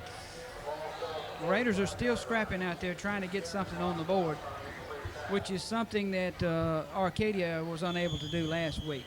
Cliff, excuse me, go ahead. You've got to give these JA kids and the team and the parents, the boosters, all of them a great deal of credit. They have given, and this is what's important about the Jackson Academy program back in Mississippi, if you Californians will allow me to digress for a moment, is that this school intends, when we have a timeout, they make sure that their kids at Jackson Academy, better known as JA, have opportunities that not just any other school will have. It's important to give your kids a good library. It's important to give your kids a good opportunity to participate in whether it's clubs, whether it's your pre-law club, your pre-med club, whether it's the philatelist club, the stamp collectors, doesn't matter. And your sports opportunities, these kids have had a chance of a lifetime. Many of these kids will not have the opportunity. They'll get into college, they'll go to work and establish their careers, and may not have an opportunity again to come to an interesting place like Southern California, where they've learned about this Western culture you've carved out of these hills out here. And I think it's also important to note, Cliff, as you brought out, 90 to 95% of each one of these student bodies go on to college and finish college and get out into the business world. Well, at JA, for example, it's 99%. Right. 99% go on to college, and that's a real tribute to this school, and I'm sure San Marino has an excellent record in that sense as well. So it's to give your kids opportunities. It's just this is one of the most unusual opportunities I think I've ever heard of. I think so. Here's 3rd down and 10. Here's Stu Anderson again, throwing to the right side, and here's the dump pass, and it doesn't work as they try to get it to Rusty Hawkins, and he dropped the ball and was cautious enough to simply jump on it at that point. Well, that was intended to be a lateral there to Rusty coming out of the backfield. If you remember the old flea flicker play used by the Miami Dolphins, I believe. We've got a replay of it coming up. And here's Stu Anderson, the throw to Murphy, the pitch And to Rusty go out Hawkins. to Hawkins.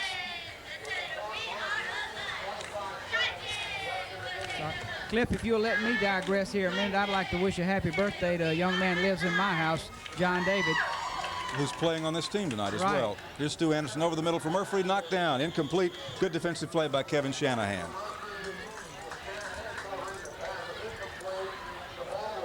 We'd like to thank the good folks at American Cablevision who've helped us as well tonight, and the folks with our crew, running camera, Don Appleby, also Charlie Bailey and Ellen Berkey. Great job, guys and gals, and lady, I beg your pardon. Also audio, video, Karen Doss, Nick Durkee, and Terry Irwin. Graphics, Andy Wu, I beg your pardon, and director Nick Berkey. I think he has a relative in this crew somewhere. And also want to thank Karen Doss for her good duty tonight. Excellent job. Very impressive work. Got some fresh troops in there for Jackson Academy, Cliff. Number 8 is, of course, John David, the birthday boy. Number 5, Cleveland Frazier, has seen some action, but he's in there on defense. Number 40 for the first time tonight, Brent Croft. I haven't called his number so far tonight. 42, I believe, in there at the defensive end. Matt Yarborough's in the game as well. Right. 13 seconds left in this very interesting intercontinental rivalry tonight. 13 seconds left, 21-0 for the Titans, and they decide to not to try to run a play to get more yardage. The clock will run down. 3 seconds, 2 seconds, 1 second, and the ball game is over. You can hear the crowd here. It's tradition to pound on this old metal stadium. Another thing that's tradition, Cliff, you'll notice both teams are going to line up here, I believe, and shake hands much the same way as you would at the end of a, a baseball hockey game, match, a hockey whatever. match. But I think it's excellent sportsmanship, and it's really a California tradition. You can see there on your camera both of these ball clubs lined up, shaking hands. And I'm told there is a joint dance tonight after the ball game. Yeah, I don't know how many of our players will be how they'll dancing. feel about dancing tonight. This is a situation tonight that's difficult for the JA club members because they've come an awful long way. There's been a lot of distractions, but those were distractions that they knew they chose. Right. It was their choice. They could have played this in safety at their own home stadium against a Mississippi team with no distractions, and they came out here to play a fine San Marino team. I've been very impressed with this football team. As Mickey McAmey said earlier, that we all know this. It's cliche to say it, but football is won primarily in the front lines, and that's where it starts. That's the foundation of football, the offensive and defensive line play. And early in the game, San Marino got it. But just want to say this quickly before we talk about the way the game was played. credit ought to be given to this great JA group because they invested a lot of time, a year and a half, to put this together when people said it will not work. You can't do this. They invested a lot of their own funds, their own money. They worked out a schedule that would be good for the kids out here, things they could see, things they could do. Been a great experience for the kids. I'm just sorry that they didn't play a little better, because this memory would be a little sweeter 15 years from now if they had. Right, Cliff, but I think you got to give credit where credit's due. I think San Marino defense had a lot to do with that. I think Mickey will agree with me, being a baseball coach, that good defense and good pitching will shut down a good offense any day, and I think that's what you saw here tonight. Well, there's no question about that. The game, I think, really kind of followed the pattern that we more or less were hoping for. Good field position, good defense, capitalize on that, get an early lead, and in essence force JA to do what they probably isn't their main thing, and that's put them in a situation where they'd have to throw the football. And now the defense really could kind of line up and tee off. And as the game wore on, that's kind of what the situation turned out to be. I'd just like to say, though, that I was very impressed with how hard the Jackson kids played. They competed very well. This was not a one-sided game by any means. A break or two in the first half on the fumble recovery and then the drop pass, I think, might have turned this into a very, very close ball game. So the Jackson people should be very, very proud of their team. They played an excellent ball game tonight, and I think that it was much, much more than just a football game. The educational and cultural exchanges that have taken place over the last year have been well worth the effort by all the people who are involved in pulling this off. And I'd like to speak for the San Marino High School community and the people from our community that have worked so hard to make this a positive thing, that I think they should be very proud of their efforts. It's been an exciting week. It's been an exciting night, and I think the kids were the benefactors from both schools. Well, one thing we can learn from this, and thank you for those kind words, Mickey, is that in this country, sometimes regionalism can give a special flair or a special flavor to a part of the country. We are all Americans, and I don't want to be too verbose here. We're all Americans, but there are differences between regions. But there are a lot of things that bind us and that make us Americans and make us the same. And it's good for these kids to know that Californians and Mississippians have more in common than there are the things that divide us and separate us. These kids learned a civics lesson, if nothing else, by coming out here. Well, as I was saying to some people before the ball game tonight, I think that the bottom line of the whole thing was the fact that students from two relatively different parts of the country really found out that while they may be from different parts of the country, they really do speak the same language, and kids are kids are kids, and they can communicate with each other when they're given the opportunity. That's really great. By the way, we want to thank everyone here with San Marino. I want to thank you all for what you've done, your hospitality. It's amazing. Somehow Southern hospitality has worked its way across the Sun Belt and out across the great deserts of the Southwest to Southern California. Right. But we can't really take credit for that, can we, John? No, we can't. I don't think we can. Well, but they have it out here. One thing you have to know about, folks, you have to be able to. The greatest accomplishment I have, John Lowe, is that I was able to drive by myself from Santa Monica back over here across Los Angeles, did not make one wrong turn, did not get lost, drove right to the hotel. I'm so proud of myself. I can't believe it. Super. I'm proud of you, Cliff, and I'd like to take just a minute to thank Mickey, who is just like his football team, as a class act, and we appreciate him being with us. We failed to mention he was also spotting for his club, though, while he was up here in the press box. And he called some good plays, I might add. We want to thank everybody at American Cablevision, the Axe Channel, and also the good folks from JA and San Marino. That's going to wrap it up here at San Marino High School in San Marino, California.